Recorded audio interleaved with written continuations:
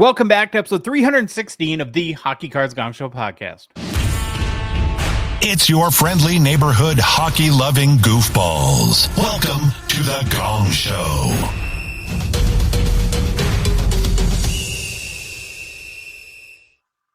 Word up. Take Hi two. there. Take two. They don't need to know. It's okay. Take one. It's take one. We swear. Behind the curtain, we schmucked up. We have new stuff. And I sounded worse than normal, which is impressive in of itself. And so we had to do it all over again. So here's where we fake the, hey, Phil, how was the Ottawa Card Show today? The Ottawa Card Show was fantastic. That's okay. I can say the same thing in a different way. It was very busy. A lot of Pokemon, a lot of hockey. And there was a split right down the middle. But I feel like everyone got along a little better today. And a lot of families there, which was great to see. A lot of kids and a lot of kids looking at hockey cards and baseball cards. So it was really, it was nice to see. So it was a great environment. I haven't been in a few months. And the hockey and Pokemon, the card collecting community is strong in the summer, from my experience anyways. Were you a buyer or a seller? Oh, Phil was a buyer today. I got my Big Head Crosby and I got two Parker's Champions cards I needed. Nothing worth showing off about, but made me happy. Put a smile on my face. Hi, BabaLewi. Hi there. How are you? Doing great. How are you? Wonderful, Josh. Do you need to talk about things, Louis? Get anything off your chest or Therapy time at the Gong Show. We're good. Nope. Doing very well. Recovering from the trip and trying to get back into the swing of normal again. Okay, well, that's good. How was your week, Josh? Busy. The wife was gone having a friend's weekend, and so I was holding it down the fort. Daddy Nice. daycare around here. My kids are old, but Applebee's which all that week means or you're what? just like handing out money, like ATM. Daddy Just ATM. make dinner every night for the kiddies? I made dinner one night. Oh, that's good. And we went to. I made dinner at Chipotle last night. Oh, we just got a Chipotle here like a month ago. Really? Yeah, Oh, wow. apparently not great reviews. There's other chicken places that seem to be doing better. Yeah, Chick-fil-A? Don't Chick-fil-A puts Oh, maybe that's what I'm Stuff in thinking their of. I think food. there's a Chick-fil-A in Canada now, not a Chipotle. Okay. Yeah, I'm sorry, not a Chipotle. I apologize. Chipotle's Mexican, so like burrito bowls and. Oh, stuff okay, like we that. have burrito gringo here, and that's really yummy, and mucho they do. burrito. No bueno. Friday nights with Phil. What happened? Crazy things. Nah, it was pretty simple. Beginning of August, Friday. No guest. We had Perchy. We had California Dave. It was a great night. Lots of fun. I'm so impressed with the chat's knowledge about hockey stuff. It's fantastic because I blurt out a lot of things that are 80% correct. And you boys really having fun with my face there, right? Nice outfit. I love it. Oh, it's great. Showmanship. It's fantastic. Yeah, it was fun. Perchy had mail. I had mail. Dave had mail. I mean, we talked the most maybe ever about cards and showed cards. It was awesome. That's when I have the most fun is when you just feel like you're in the same room with everybody shooting the poop about your hockey cards. So we'll do the same thing this Friday. It's SP Authentic release. Out of the box is my local, my LCS, my local card store, and they'll match it. So giving away a box this Friday, SP Authentic. I also like to call it the Future Watch set. Ooh.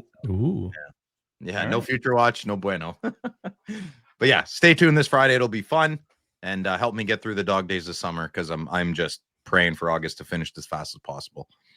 So Okay. Oh, don't wish away summer that. yeah, go away summer. No, my summer was 86 pretty early. So Wow. You're on the mend now. It's Yeah. all looking up for the old loud collector. GP Sports Cards. Did you guys check out Grant's massive break last week? I think break 5,000 was it? I was in and out. How many tin boxes? Like with 50? 41. 41. Oh, Jesus. I was kidding. Wow. Yeah, it was wasn't just crazy. the cup either, though. It wasn't just the cup. No, he opened up a lot of other cool stuff like SP Legends, some old SPA, like 2006. I think Crosby or Ovechkin was an update in that one. He had his buybacks, which were amazing. It was pretty fun. I watched the whole thing and was riveted the whole time. Well, they're going to be breaking a ton of 24-25 SP Authentic starting on Wednesday, which is release day. So you want to head to gpsportscards.com post-haste to get your spots because I'm sure they'll sell out. And Wednesdays, they've also been on Whatnot as well. So you can go out in there and bookmark the GP Sports Cards channel on Whatnot. And then Friday, there'll be Wednesday night on YouTube and Friday on YouTube as well. The loosey goosey whatnot version. Loosey Yeah, goosey. it's a a little fun one. more Feathered. I don't know what the word is. Not it is Feathered? planned, but it's Yeah. no. I don't know. I like the YouTube way. I'm a Okay. fan of the YouTube way. So Enzo Ferrari from PCI, who you're talking to about finally scheduling time to get together and start the insurance process on your collection. He's going to be on Thursday's show, which I'm very excited about. We've teased this a little bit, but he went around the National last week and kind of paid attention to some of the good, the bad, and the ugly as far as people and how they were protecting their valuable card assets, both collectors and vendors. And he's going to share some of his observations. Very excited about that. And when we saw him at the expo or at the National, he already had PTSD. So it should be popping out of ends like they're candy. Yeah. In the meantime, though, check out privatecollectioninsurance.com. Maybe schedule some time to chat with Enzo and his team about actually protecting the value of your collection. You know, stuff happens. It's bad enough to lose your beloved cardboard, but some money to replace your PC would be a great silver lining if disaster did strike. And these policies, not only they cover your cards at home, but actually like when you're at events like the National too, and it might not cost as much as you think. So again, check out privatecollectioninsurance.com and they'd be happy to run through options with you there. They got you covered at home. They got your back on the road. Wherever you are. They're Wherever with cards you. are. Wherever your cards are. It felt kind of weird at the National when we were walking around though and acting like we were bad people. Like I could so easily take that. That guy should really be covered. Looking for opportunity. Yeah. And brother. oh man. It was and opportunities were all over the place. I should teach him a lesson. Out. Yeah. I should teach this guy a life lesson. I didn't want to do it to him, but I felt like I owed it to him to teach him a lesson. Yeah. Remember Sylvain? He took my card for the whole weekend at the expo. Yeah, and you were freaking out. And he was giddy for about what? that. 3 minutes? He didn't get the reaction he wanted. No. It was just a bedard. Yeah, it's true. So here's an update from Discord. First of all, Behind the Bench, episode 13 will premiere on Tuesday. We'll cover eBay buying and selling etiquette, led by our guy Neil, or IFC. I'd like to make this a required course for everyone in the hobby. Wouldn't you guys? Including us. Yeah, probably. Yeah, we're probably we've taken it a few times. Big offenders. So looking forward to that one. I don't know if you've noticed, Phil, probably not, but Discord has been paying homage to you quite a bit lately. Have you seen some of the Loud Collector meme posts? There's a lot of them. I see them quite a few times because a lot of people send me the same stuff. It's like, oh my God, look at this meme. It's so fun. You've got it 8 times, but you have to pretend you're so thankful and grateful to the 8th person that's sending you the same thing. Yes, I've seen some of them, but they're doing the whole Chuck Norris thing with you, which I think is kind of flattering. I haven't seen that. Oh, that's very flattering. Well, I got a bunch, so I'm gonna read them to you here. Oh, that's great. So this is from the Gongshow Discord. I heard when Phil walks into a room one night in Bangkok starts playing. Is that true? That's pretty accurate. I'm not, especially my more drinking days, my younger days. Yeah, not so much. Phil hides the bodies for Garth Brooks. Not sure what that means. I like that. Friends in low places. Yeah, I'm a good digger. Yeah. When Phil was born, he drove his mom home from the hospital. Oh, wow. Well, she was born in a village in Greece, so I probably took the donkey to the doctor. But yeah, that's good too. Yeah. Phil's first words were, "The money's on the dresser, Toots. Now get going." I love it. That's fine. I've never gotten a prostitute though. Been close, but I didn't do it. Yeah. Good for you. Okay. When Phil enters a room, he doesn't turn the light on. He turns the dark off. I actually opened the light. Okay. Remember? I opened the light, closed the light. I Here's like one that's weird. Phil's pee stream is so strong it cuts through a T-bone steak. You ever tried that? I think that's really funny because it's not that strong right now. Hasselhoff in the morning, he goes to the bathroom like a big show off, but he's got the fire hose stream. But no, I'm 44. I'm like middle. Yeah. Phil's housekeeper / girlfriend. Oh, she might be listening to this. Okay. Well, never needs more than lemon pledge. Never needs more lemon pledge. I don't know what that means, but okay. Listen, leave my potential out of this one. Yeah, I've narrowed it all down to 1 now, so I think good things are happening. Phil doesn't wear a watch. He decides what time it is. That's very Okay, Chuck. Josh, that's enough. No one wants to hear Oh, it. no. Oh, We got more. No. Yeah. Here's one I kind of like. It's like Phil likes his meat so rare he only eats unicorns. You have to think about that. I feel like I'd be powerful if I ate a unicorn. Yeah. Jen Ortega was in a unicorn movie, something like that. Serious. Death of a And Unicorn. we'll finish on two more that are so weird. I don't even know what they mean. But Phil's family crest is a barracuda eating Neil Armstrong. I would doubt it. Wouldn't need. I don't get that one. I don't either. I believe we landed on the moon. I don't. Is that a don't believe we landed on the moon thing? No, you're on Kubrick. You think Stanley Kubrick did it? Maybe. I don't know. We're getting there soon again, though. Never been to the moon. All right. Okay, and the last one is, I don't know if this is an insult or a compliment. You decide. Okay. They found $60 of spare change in Phil's stomach. I don't get. Well, help me think of that. What, like I suck dimes off the street? Is that a You're a gigolo? dime sucker? Dime sucker? Maybe. I don't know. It's kind of funny. I like the creativity of it. Yeah.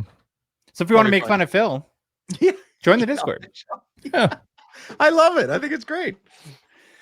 You can support our show for as little as $5 a month. Be the first 999 supporters, the Future Watch Gongers, and forever have that title. You get exclusive access to our Discord. Can do all of our other games and contests. They're already planning like a scavenger hunt for the start of the season. We're going to do fantasy hockey, 5K challenge, all that stuff. It's very easy to do. Just go to our website, hockeycardsgongshow.com. Click on the Become a Patron link at the top of the page, or go to Patreon directly, patreon.com. Search for Hockey Cards Gong Show. There's a link in the show description to both YouTube and the podcast apps and our Instagram and TikTok profiles too.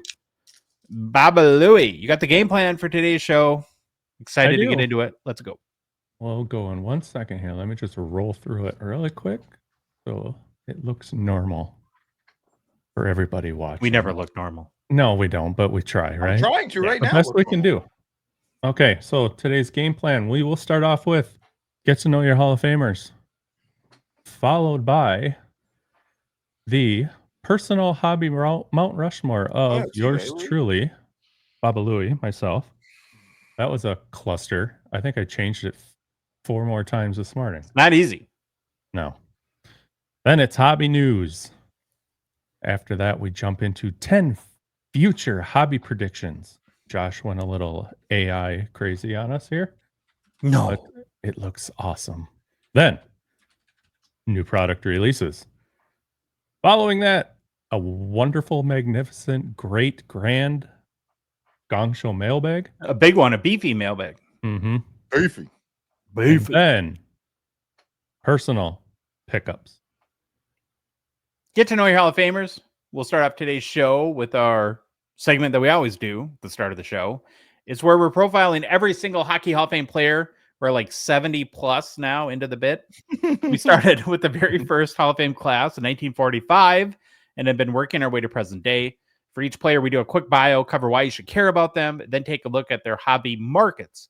This one I've been dreading, I got to be honest, because I believe we talked about this guy before, and I can't say his name. I just can't. I have a disability. Well, you'll find it. I'm going to need your help on this one. And there's I might not be able to say it. I'll try. There's 0% chance I don't slaughter it and further embarrass myself, if that's even possible.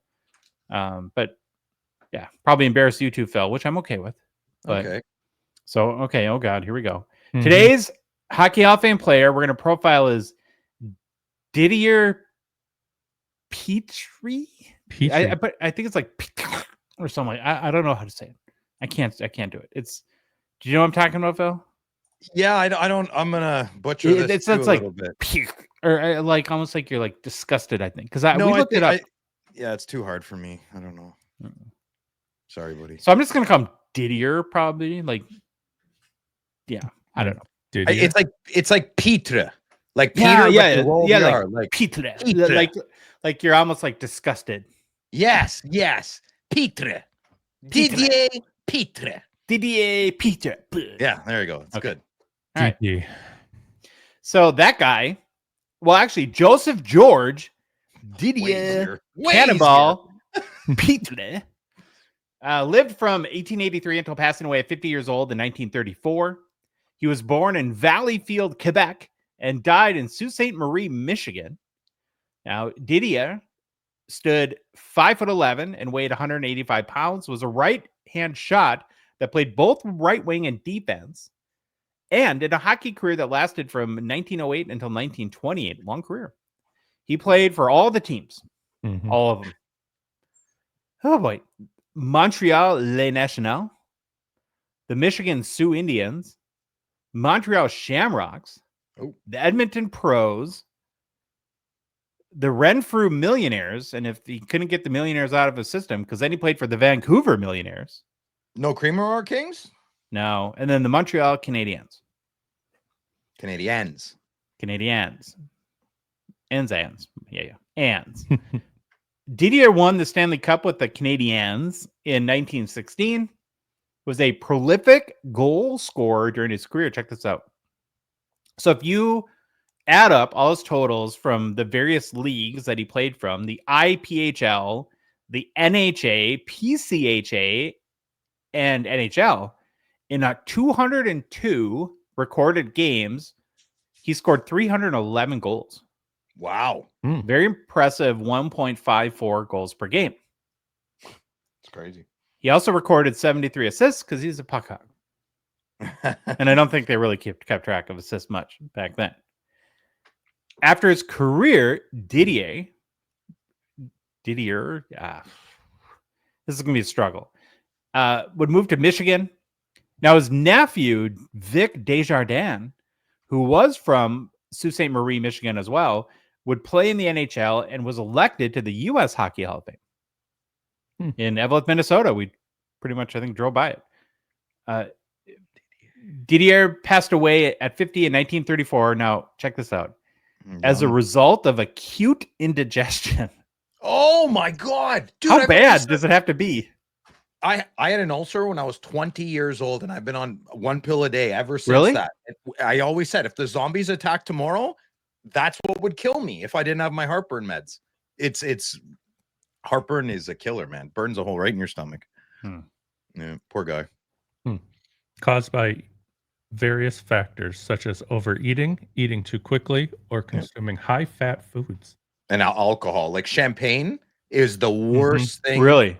Yeah. When I had champagne one time, even with my meds years ago, it killed me. I couldn't sleep. I had to drink Pepto, Rolaids. It was horrible. What didn't kill you because you're still here? It felt like it was killing me, but I feel bad for Mr. Pitre because that was probably not a good way to go, man. You know. Why should you care about Didire Pitre? His slap shot, now this is before slap shots were really a thing, was so hard that goalies of the era were said to flinch before it arrived. Newspapers called it the Cannonball, hence the nickname Cannonball. And one 1910 Ottawa Citizen report joked that his shot could knock a goalie into the next week if he didn't dodge it in time. Wow. Heavy shot. That's a big shot. In 1909, Pitre was in Sault Ste. Marie, Ontario. So there's a Sault Ste. Marie, Ontario, and Michigan. That's interesting. When both the Montreal Canadiens and rival team, the Montreal Shamrocks, were trying to sign him, Canadiens manager Jacques Laviolette wired him a train fare to Montreal. But Shamrocks officials intercepted him en route, offered him more money, and put him on their train. Laviolette literally chased down the train at another stop, pulled Pitre off, and took him to sign with the Canadiens. This is hilarious. That's amazing. That's epic, incredible. Yeah, it's great. Pitre played in the Montreal Canadiens' first ever game. Check this out. This is important. On January 5th, 1910. And he scored the first goal in franchise history just minutes into the game. So there's like a trivia fun fact for you. That's crazy. Making him forever linked to the birth of one of hockey's most iconic teams. In the chaotic early pro hockey days, players often switched teams or leagues mid-season for better pay. In 1910-11, Didire left the Canadiens briefly to play for a rival team because they offered more money, then returned to Montreal later. This was, again, common in the era, but fans still booed him for jumping ship. I would boo him too, yeah. In the first NHA season, which, again, the NHA was the precursor to the NHL, Pitre scored 26 goals in 12 games, finishing second in the scoring race to Nuzi Lalonde. That scoring rate, adjusted for season length, would be equivalent to more than 100 goal pace in today's game. Wow. In the 1914-15 season, Didire played several games with a broken hand. To adapt, he reportedly tucked his injured hand inside his sweater while on the ice, using only one hand on his stick, and still scored. Is that a testament to how good he is, or a testament to how bad defensemen were back then? Probably a little both. Yeah, well, they didn't have defensemen, right? Though, so how bad defensive play was. That's insane. You don't play with one hand and score a goal. I'm sorry. Yeah. I think that's a testament to the type of style of play they were playing back then. In the 1916 Stanley Cup final against the Portland Rosebuds, Pitre was a dominant force. He scored twice in the deciding Game 5, including the cup-winning goal, giving the Canadiens their first Stanley Cup in team history. So he's on the first Stanley Cup winning team, scored the first goal in franchise history. And by the time he retired in 1923, he was 38, ancient for pro athletes in the 1920s. Sports writers predicted he'd slow down in his 30s, but remained one of the Canadiens' fastest skaters almost till the end, still capable of end-to-end rushes. And then, of course, he was inducted in the Hockey Hall of Fame in 1962, nearly 40 years after his retirement, cementing his place as one of the Canadiens' foundational stars and one of the early greats of pro hockey. I wonder if the fans came around after a while. I mean, scoring a Stanley Cup winning goal was hopefully a pretty good argument for his case. Short memories for most. I wonder how many diehard Montreal fans know about him. I would think some diehards would know about him. I've read all the books, and his name doesn't seem familiar. I have failed myself. Better than soiling myself, I guess. You've probably done that too. Yeah, of course. Okay, let's look at his hobby market. Okay, this is killing me. I think if you found somebody to offer me $5 million in a week to say his name right, there's no chance I would do it. I think you're saying it right. I just think it's a difficult name to say. It's so in my head that okay. I only have Didire Pitre. Yeah, it's a very French name, man. There's not much you can do. So his rookie card is in the 1910 C56 set, card number 23. The PSA 7.5 copy we're looking at on YouTube is the highest to sell publicly per card letter, as it sold for $4,200 US way back in May of 2016. There's also a Pitre in the 1911 C55 set, card number 41. The PSA 7 we're looking at on YouTube is the highest public seller, $1,435 US in January of 2021. And his final playing days card is from the next set, the 1912 C57 set. We're looking at a PSA. Looks like Al Capone. A little bit, yeah. This is the highest seller, PSA 4.5, $1,196 US by Slab Sharks this past January. So he's on the lower end of the old guys price wise, it seems, eh? Like that C55 card or whatever that was just there. That seems 1,100 for that. That seems like an incredibly well preserved card. Yeah, PSA 7. It's awesome. Look at the centering on it. Yeah, it's great. It's fantastic. Card. Congratulations to Jeremy on the purchase. You think you bought it? No, I don't know. I when I see old cards, I just think Jeremy buys them if they look nice. Sure. Well, that boy is your Hockey Hall of Famer. I'm not gonna that guy that we talk about. Great job, Josh. Good job. That guy, GP, doing the hobby good service here. Well, I need a break from that because that was emotionally taxing for me. Linguistically taxing, you mean? Linguistically taxing. There we go. We're going to continue the personal Hobby Mount Rushmore series. This time we're at the one, the only picture. BabaLewi, who is going to go through your 4 cards. Now, did you find this to be fun, not fun, easy, difficult? How'd it go? This was very fun, but I thought I had it nailed down at first, and then I started placing my cards, and I went, "Oh crap! I got 5, not 4." I knew counting was a struggle for that guy. So then it was kind of start over, and thought I had it all dialed in, got stuff written up, and then I thought twice again, changed some things around, and it's just if you're given 5 cards that say are bangers you want in your own collection, to try to nail that down, it's not an easy task. I challenge anybody to just try to, what 5 cards that I really love to have in my collection, and see if you get it on the first go around, because more power to you if you do, because this was fun. Well, the first 1 or 2 are easy, and then it gets hard. That's what I found. Nah, I struggled the whole time through. Okay. Well, you're on the behind door number 1. Mm-hmm. All right. Well, why don't you run through them, and we'll judge you. I love being quietly cheeky. and openly. So that's good. That's the best thing about this, though, because it's mine, and you can judge all you want, and I won't care. Oh, good. We'll test that theory. Right? Oh. Okay, so the first card for me to put into my PC is a 17-18 The Cup Nico Hischier RPA out of 99. And I was wrong yesterday when we talked about this, Josh, but I just feel it's the first one, the cup. Yeah. Need to have it, even though it's player worn, not game used. It's a staple. But it just, it's still hard to say it'd be a great replacement for the second year patch auto out of 8 gold, but it still, to me, holds that higher tier with my Hischier stuff. So that has to be my first pick. I mean, none of these cards are going to completely destroy me financially, but it'd take time to save up for all of them. But this one sits in right now you're looking at 500 USD range for it.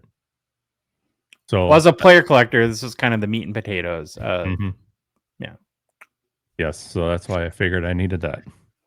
So card number 2. Okay. Then I go into my beloved Stature. Ooh. And figured I needed a 22-23 Marty Brodeur Patch Auto 101. This happens to be the purple variant, what they call it. Not much to say. It's Stature, it's Brodeur, don't have it. 101s are cool. Honestly, I didn't look. I just kind of went off of higher tiered stuff, but if there's a patch auto that's 1 of 10, 1 of 9, 8, 7, 6, that would work too. But something about a 101's kind of cool. And I see all of California Dave's, and he gets so tickled about his 101's too. So he's very prolific in this regard when it comes to Stature. Yeah. So being that they didn't do this card dirty as a 101 and they actually have a nice patch in there, that helps too. So I mean, specifically would love this card. Even the cup didn't do Hischier dirty on the ones that I've looked at. I've probably seen 15, 20 of them, and all the patches on that one are actually really good too. So that helps. This Marty can also be had around the 600 US range. So it's not that I could just go get it now if it was available, but wouldn't be too bad to save for. Put it on my list. Is Hischier 17-18, right? Didn't they do cup auto and non-auto that year? I'm pretty sure you could get the poor man's cup RPA. Yep, I think there is just the auto. I get confused on what years they do that sometimes on, but I thought I've seen a lot of his cards non-autoed from rookie year as well. But if I'm gonna pull the trigger on my Mount Rushmore, it has to be fair. Go that route. Then I started getting super, super, super wishy-washy on this last 2 now. I started going back and forth. But number 4 is a 07, 08, the Cup All-Star Royalty, Mike Modano auto out of 8. That's quality it. right there, BabaLewi. Now, this one, so the primary goal for me with Modano's is trying to collect everything I can North Star related, grab it first. Yep. If possible. This one happened to kind of check off 2 boxes. It's got the North Stars logo on it, but we're also in the awesome All-Star Game jersey. So I was looking at shields. I was looking at other autos, other cards with patches, but simply because this one just had, it's an auto, the All-Star jersey, which is sweet, and kind of the North Stars lineage there. Had to go with this one. I bounced back and forth, and I ended up coming back to this one every time. So again, it's a keeper then. That's the one you want. Right. So I'm still hovering in that $600 US range. And then I might get flack from some people for my last one here. It's not the most expensive one, but I felt like I needed to close out Brodeur with a banger and have a shield. A glory shield. A glory auto shield. Now, his other shield is his most expensive card. I don't even remember what year it is. It's the old school NHL stitched patch. Yeah, I think we saw that at the expo, right? Yeah. And be 100% honest with you, it's not as eye-catching to me as this one. And granted, I'll give them a A- on centering. They did a great job with this shield. No, this one looks good. The other ones, there's a couple others that I think there was one more, and then this one or the other one had sold a couple other times. But just to cap off a Brodeur collection with having a shield in there, I thought fit the bill the most. There's a bunch of other like honorable numbers and also, some of those other patches that they have with him too. Awesome. The Cup Black 101 auto. No, that's another sick one that I kept bouncing back and forth between, but I kept creeping back to the shield, just thinking to have a shield Brodeur in my collection would have to probably sit on the Mount Rushmore for me. And again, this one touches 700 USD. You're very modest in sort of it. I like that about you. Like it's very reasonable picks, Louis. Yeah, very reasonable pick. Okay, so I've got a hypothetical for you. Sure. Let's say we're in Saskatoon. Phil hands you $700 because he lost that bet, about him and getting a stepmom for a Hasselhoff, and he was very confident, but he owed you the money, so he hands you $700 cash. Okay. And you walk around a table. You just had dinner at Steve Angel's Hobby Barbecue, so your tummy is full, your heart is content, and you see a booth that has these 4 cards in it, and they're all $700. Which one do you buy? I think I know which one you would buy. Oh. Okay, wait. You tell us when you've decided, then we'll each guess, and then you'll tell us if we're right. Well, he's going to hear us guessing. No, I'll. Okay, Louis, close your eyes, and I'll just turn around. I'll write it down. Okay. Okay, just turn around for a sec. Yeah. Okay. Well, never mind. You can't because Josh is in the room with me. I can't point. That was stupid. I don't know. Never mind. Okay, write it down. Just write it down. Write it down, and then Josh and I'll pick, and then you flip the paper over. You got to do it quick, though. Good listeners listening. How about I just write it down really quick? Okay. That's a great idea. I don't know why we didn't think of that. I don't know why, but that's the one I'm picking. Okay. All right, Phil, what's your guess? The stature. Brodeur stature. 101. I'm going to the Modano auto. Oh, that would have been my last pick. Really? Survey says...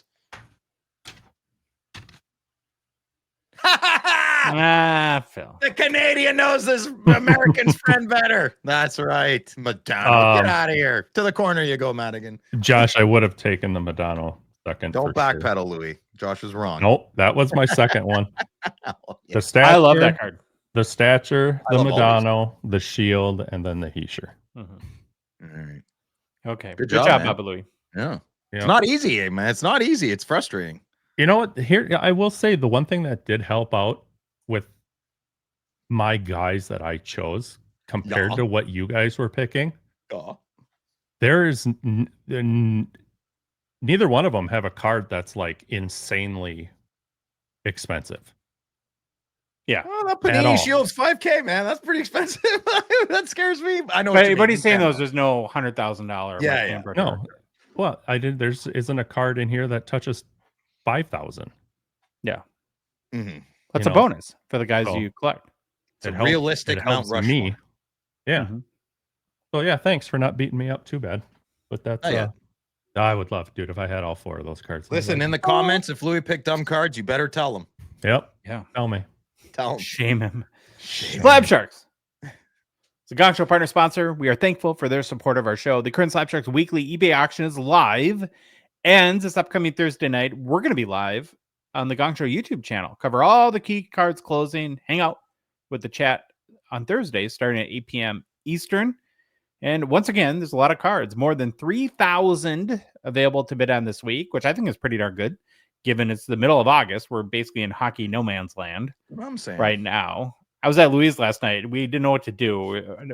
At one point, I'm like, can't there just be a hockey game on at some point, please? You know, to give us something to watch. Oh, be great. Which is nice about like when you have like these like Slab Sharks auctions, and kind of fills the void a little bit of that as we're missing hockey. Well, the three of us bosom buddies, we each went through the auction this week and picked out a couple of cards that we'd like to highlight for you today. Phil and Louis fought bitterly. What? No, he didn't. Over who you did. Don't lie. Who would go first? So Daddy Josh had to step in, and I put my foot down. Then I decided I would go first. Then Louis will go, and Phil, you'll go last as you think about what you did. So here are my favorites in this week's auction. My first pick was a 2023 The Cup Alex Ovechkin Splendor update patch auto out of 36. Very sick patch. Yeah. Auto's a little streaky, but the patch is pretty awesome. It's got the Money Moose sticker on it too. Well, I guess that's a bonus. Cover Amber though. Smells like vanilla. Yeah, you're covering the card though, Amber. Come on. Need to work on those stickers. Not normally a Splendor guy, not normally a patch auto guy, but I do like this card a lot. I don't like either of the things this card is good for, and I chose it. I'm trying to broaden my horizons, Phil. All right, Anything wrong with it? He's growing. He's a grower. He's not a shower. Yeah. Probably not either, to be honest with you. Yeah, well, you're married and you have kids. It's over. Okay, go ahead. Keep going. The second one I think I like a little bit more. It's a 2022 Upper Deck Premier Wayne Gretzky Premier Focused Auto Gold Ink Auto out of 25. Fantastic. The auto for the gold ink, they get a little smudgy and smeary and fainty at times. That looks really, really good. I do not have a Wayne Gretzky auto, so that's been like gnawing at me. Do you a even little bit collect later, cards, bro? Do you even collect cards? I know. Pokemon. Yeah, clearly. So I'm some point in the next year, I'm going to pick up a Wayne Gretzky auto. That should be a priority of yours, sir. I don't think Louis. Do you have one? No. Oh, I don't know. Well, silly question. Yeah, I wouldn't think Louis would have one. All right. Well, Louis, what are your favorite cards? Yeah, what are your favorite cards then? What do you like? What do you like then? I like, my first one here is a 1999 Upper Deck exclusives out of 100 Wayne Gretzky. Never seen it. Neither. I was like, holy crap, this is like a typewriter stamped 2 out of 100 for this card. I like it. I was like, that's dot matrix printer. Yeah. It's just a great card too. I mean, how often do you see pictures right now with Wayner out there? You know, he's in like stride. He's like, he's in hustle mode. I'm gonna smoke. And look, another big bonus of this is the white Titan stick. We all use that stick when we played hockey. I switched to Sherbrooke for Sherwood. Sorry, the Paul Coffey style, but Titan was a staple in my childhood for sure. Yeah. Do you side note? Do you've seen the? Well, maybe you haven't, but Titan, Sherwood, they're all back, and you can get new sticks. Really? Well, Yeah. Bedard is their like he's 20 their years, sponsor, brother. right? Like Bedard uses the Sherwood. Mhm. I haven't bought a hockey stick in 20 years. I don't know. Oh, don't go Well, you look don't at like them, hockey? then you'll be depressed. I don't know if I Anyways. know how to skate anymore.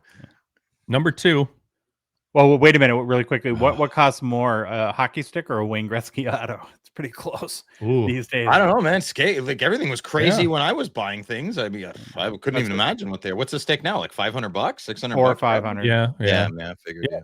Gavin just went out. He bought a stick, over the winter here, and spent like, I think, what did he? Josh, you were here. What did he like? 450, 470, something. Yeah, and then perfect. He's such a kid, right? He's a young adult male. He's an awesome kid. He's gonna have a bright future, of course, but he's dumb with his money, like we all were.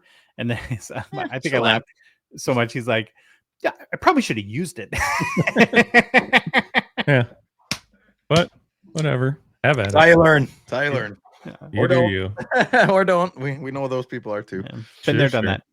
that. Number 2 for me, I still am addicted to these cards. I love it. It's a 23 credentials, debut ticket access auto. This one happens to be green, so it looks great with the Brock Faber that is pictured in this card. It's out of 25.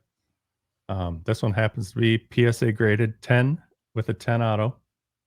And you know what I was really, when I saw this too, what made me think of is the newer lads in the league and their autos. I was just gonna say that. Brock's thing. is decent. Yeah, it was raised Good properly. auto. Yeah. Doesn't look like garbage. So that's my 2, boys. Nice picks, Louis. Nice picks, Thanks. Josh. All right, last and least, Phil. Last and least, Phil. Here he comes. Matt by Mitchkoff. Red Outburst. That's my pick this week. I love this kid. I love his game. I think he's going to be a superstar. I'm a huge Red Outburst guy. Let's keep it simple. It's all I need. I would love to have 5 years ago money in my bank account because I would buy this and I would be in this. And I wouldn't even consider it prospecting. If he has a very mediocre career and I overpaid or whatever, I still got one card out of 25 that you don't. So Yeah, I want this card so bad. So bad. I have a But piece of. I'm not gonna go for it. It's a nice card. I have a piece of information that might make you upset. I just found this out today because I needed to do a social post on our Instagram. And so I found a first public sale of his O-Pee-Chee Platinum Marquee Rookie Golden Treasures 101. Oh, the one I- $1,600 US. Yeah, I What? know. And Yeah, this so one's that- over 10 right now, Canadian. And that card, that Golden Treasures card, I bought a break and I bought Philadelphia. And my break was right before that Golden Treasures one. Yes.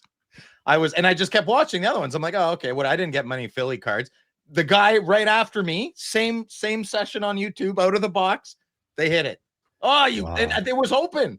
It was just chance, right? I just picked one and not the other. It didn't matter to me. And I usually buy 2 break spots, but I didn't that day. That's okay. That crap stresses me out. I don't want to win anything.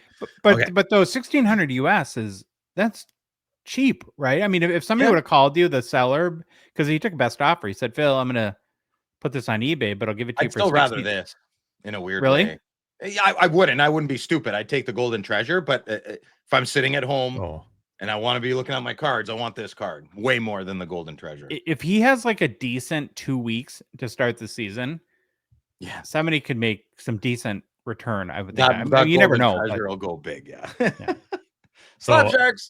I was way wrong. I'm sorry. I completely misspoke saying 10 grand, but this one's sitting I think it's like 2 or 3. It's at 2,000 Canadian right now.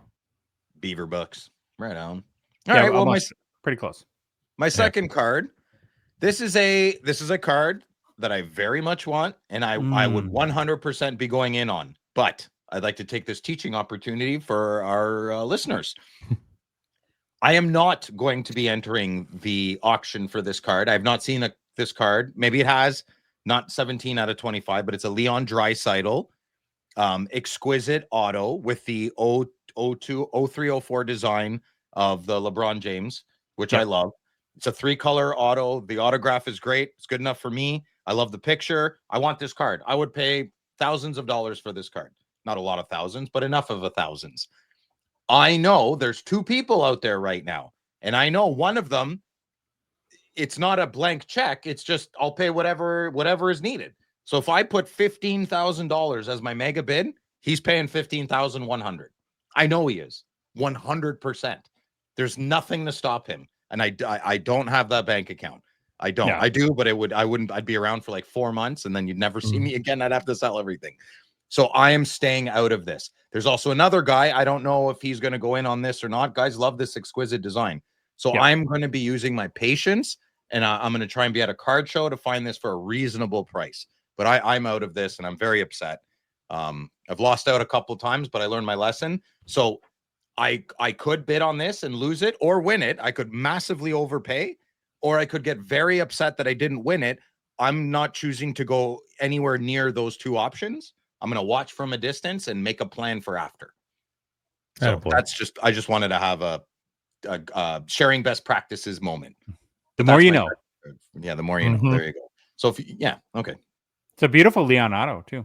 It is. Dude, I love it. I love this card. I want this in my collection so bad. I really do. And it would stay there forever, barring medical issues or whatever.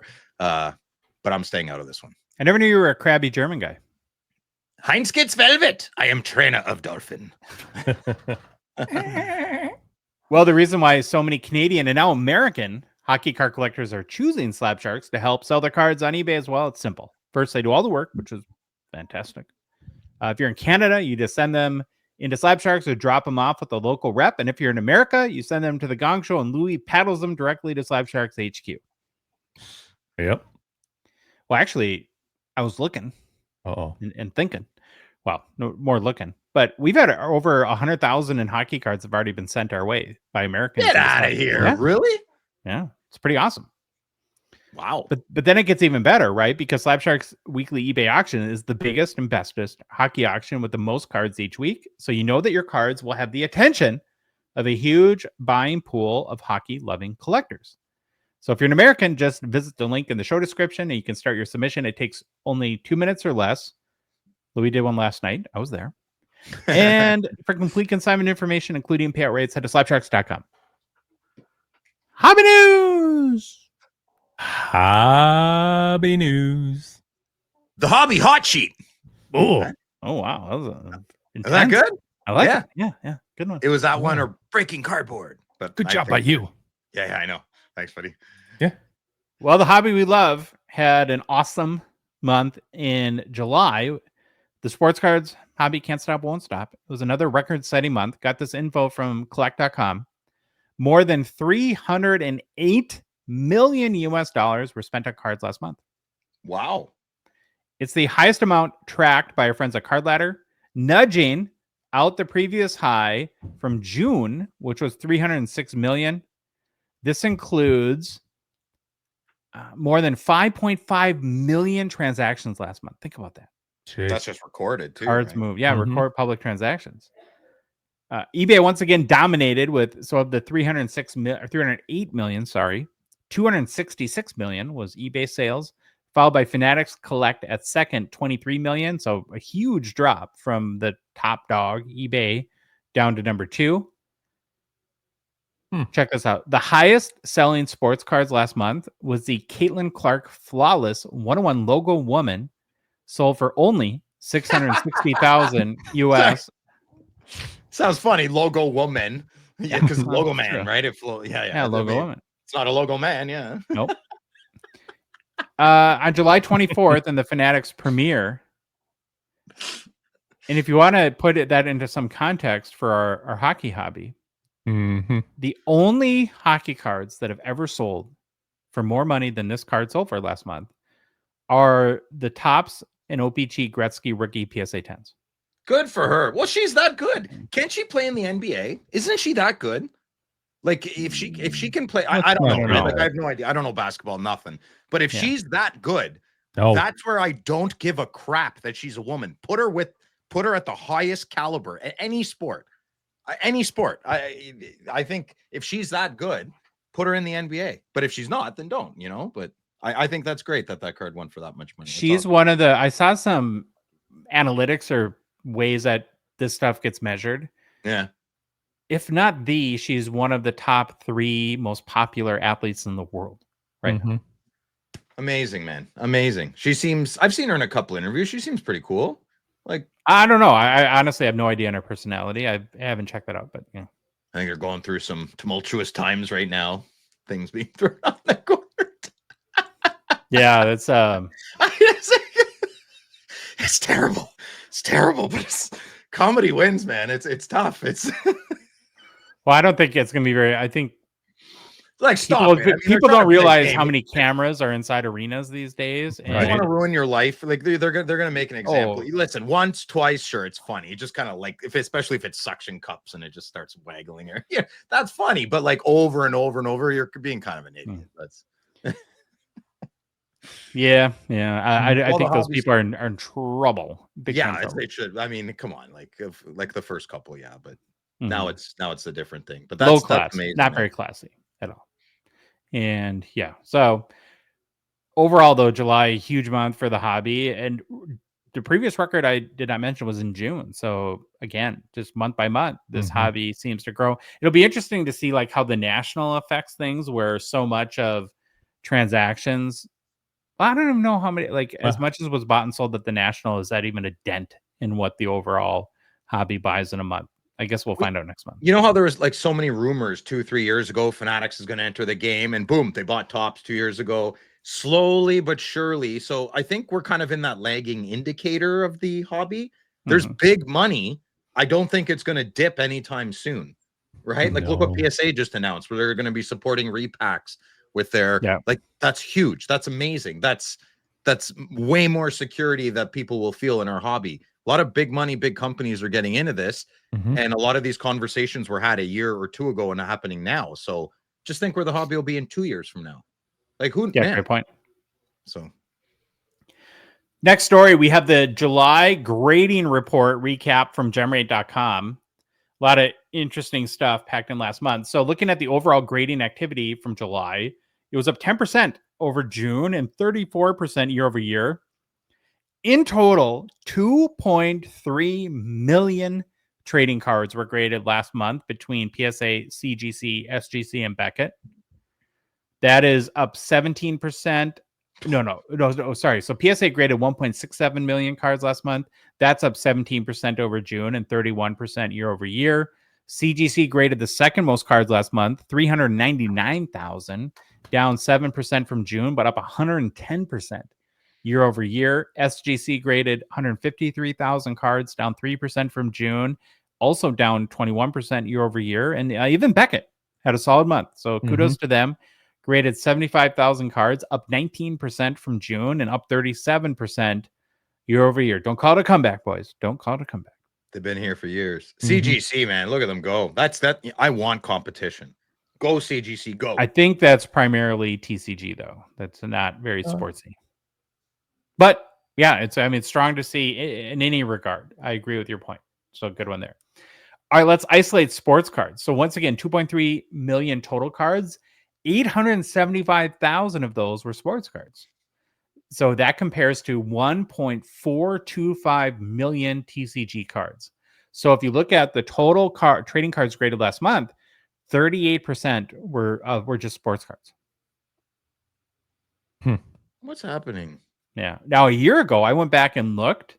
So a year ago, 61% of all cards graded were sports cards compared to 38% this month.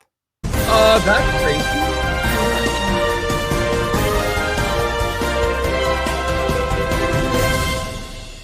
Sorry, Phil, to cut you off, but we do have breaking news. I can file this report. Pokemon is popular. Thank you. So it is the volume of sports cards decreasing, or like we're talking about percentages now. So as long as the volume, the number, the concrete number of sports cards, if that's around the same, and there's that's a mixed bag. So we'll cover that now. Okay. So PSA last month graded 665,000 sports cards, up 27% over June, but down 18% over last July. Over a year. Oh, see, that's my chest.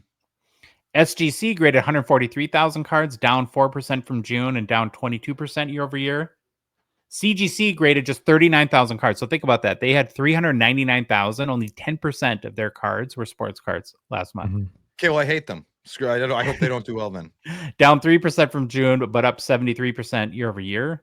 And then Beckett graded 28,000 sports cards, down 1% from June, but up 10% year over year. So overall, there were less sports cards graded in July of this year compared to July of last year. Why are Pokemon cards graded? I thought it's a game. I don't understand. No. I don't know if anyone plays the game, do they? I'm talking with no knowledge, so that's probably a stupid comment. But okay, now hold on. I got a question for you. Just with all these numbers with the Pokemon stuff, I'll just stick on them. Yep. For this example, are there more? Are there more hits in those packs in respect to like our hockey packs? Are there more cards that are worth more graded? Can you get more Pokemon I think there's more of a cards? return, more of a flip factor. That's why you see a lot of guys like us selling to kids. I mean, I think it's a much bigger market. Every dealer at the Ottawa show looks like a gangster. Mhm. Most half of them, like just tatted up, like, yo, what's up? So I got like, I'm just like, I missed 15 years of how society evolved. I don't know where these people came from, but they're very nice. I mean, don't judge a book by its cover, but that's where I live. That seems to be the main. So I don't get it. I think the margin is big. I was at Costco a few months ago. Mm-hmm. Bunch of dudes, did the Costco thing, cleaned the pallet right off. I saw no kids, nothing. I just went in to get my steak medallions, and that thing was gone. Bunch of dudes, bunch of middle-aged dudes. Don't let me forget. I need to tell you, you got to go back to Costco again for me. I know, Lou, I'm going tomorrow. I'm sorry, the die-cast cards, right? I'm sorry, I keep forgetting, buddy. I apologize. I'm a bad friend there. Louis, I think to your point, I think there's way more collectors of Pokemon than sports cards. I just think it has much more global appeal. Sports are a little bit niche as a whole. Hockey, of course, is very niche, but so we'll get back to sports and we'll look at the breakdown by category and focus on what we care about most, hockey cards. So last month, PSA graded 24,100 hockey cards. So out of 2.3 million total trading cards graded, 24,000 were hockey cards, which was up 7% month over month. SGC graded 2,500 hockey cards. Beckett 900. 900. Which is amazing. And maybe I was wrong, but as I really started to learn and try to develop an understanding of this hobby, it always seemed like to me that like Beckett was like the hockey, like they had like a special place in hockey a little bit. But 900 cards in a month is pretty bad. I mean, 30 a day. They got to grade 30 cards a day. The three of us could have sent 900 cards in together. Think about that, how small that is. You know what I mean? Oh, just Phil's Pinto's Young Guns alone could have done that. Absolutely. I agree. I would love to buy Beckett. I think we would do it right. So if there's anyone who's got money out there and they want to buy our childhood memory and rebrand it accordingly and properly, you got three guys here willing to put in the work. And cut us in. Three, I mean two. Yeah. And I will be taking your cards out of penny sleeves. Yes. CGC graded 800 hockey cards. So the largest, and a little bit more context, the largest category for PSA last month was football cards with 240,000 cards graded. So hockey is about 1/10 the size of football when it comes to PSA. And yeah, you look at this stuff and it makes our little treasured hobby seem pretty small. What's going on down there in America? 240,000 football cards? Love our QBs. But they can't even stay on a team. What? All right. Now, this next one I thought was interesting. I think most people would guess this, but it is kind of fun to see the numbers. So when you look at total cards graded by era, Ultra Modern continues to lead the grading surge. So about 70% of all sports cards graded last month were produced in the 2020s. Interestingly, though, the 1990s was the second most popular decade, representing about 8.5% of all sports cards graded. It's that junk wax trying to find the diamonds in the rough. We have adult money now when we were kids, right? Yep. That's how I look at it anyways. There were no hockey players in the top 12 athletes cards graded by PSA last month, but we did have one hockey card, though, in the top 10 most graded sports cards last month by PSA. And of course, the Macklin Celebrini Young Guns was the 8th most popular sports card graded in July with 900 total copies graded. And it has 2,200 graded to date now so even looking at like by this time, Bedard was like at 5,000. Something like Sure.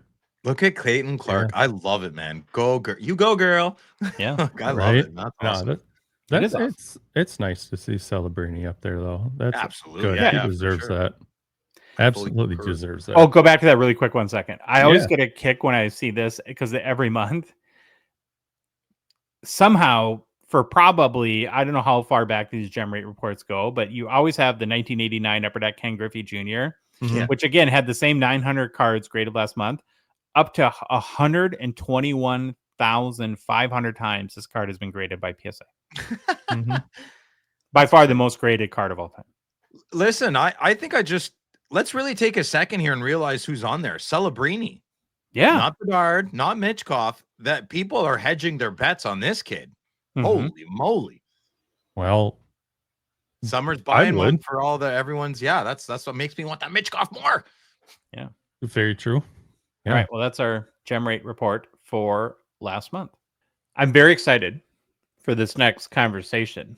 We did some hobby predictions. So a little backstory here. ChatGPT 5 just came out. It's been much ballyhooed by people and places. So I thought I'd test it out, see just how smart the robots have gotten. And I'm going to do a little editorial here. So indulge me for a second. But so it's kind of funny. Like I think it was on your show, Phil, like somebody commented that you guys got to stop with this AI slop or something. Yeah. A lot of people don't like anything AI. And unfortunately, you got to roll with the times. If I wouldn't go with everything, but you got to accept certain things. And I think that's one. Well, it's not stopping and it's not going anywhere. And actually what I thought of a really good parallel to this, and maybe if people are not like into photography, to me, it's kind of funny. This is exactly when digital cameras came out and people hated digital cameras. And it's not real photography. It's cheating, blah, blah, blah, blah. You literally can't buy film anymore. They don't make it. Right. And so the point is, you may not love AI. There's a lot of things that are kind of scary about it, frankly. But it's going to be, it kind of already is, to be honest, an indispensable part of life. And it's going to be 5 years from now, it'll be just like an everyday tool that it's obvious that everyone uses.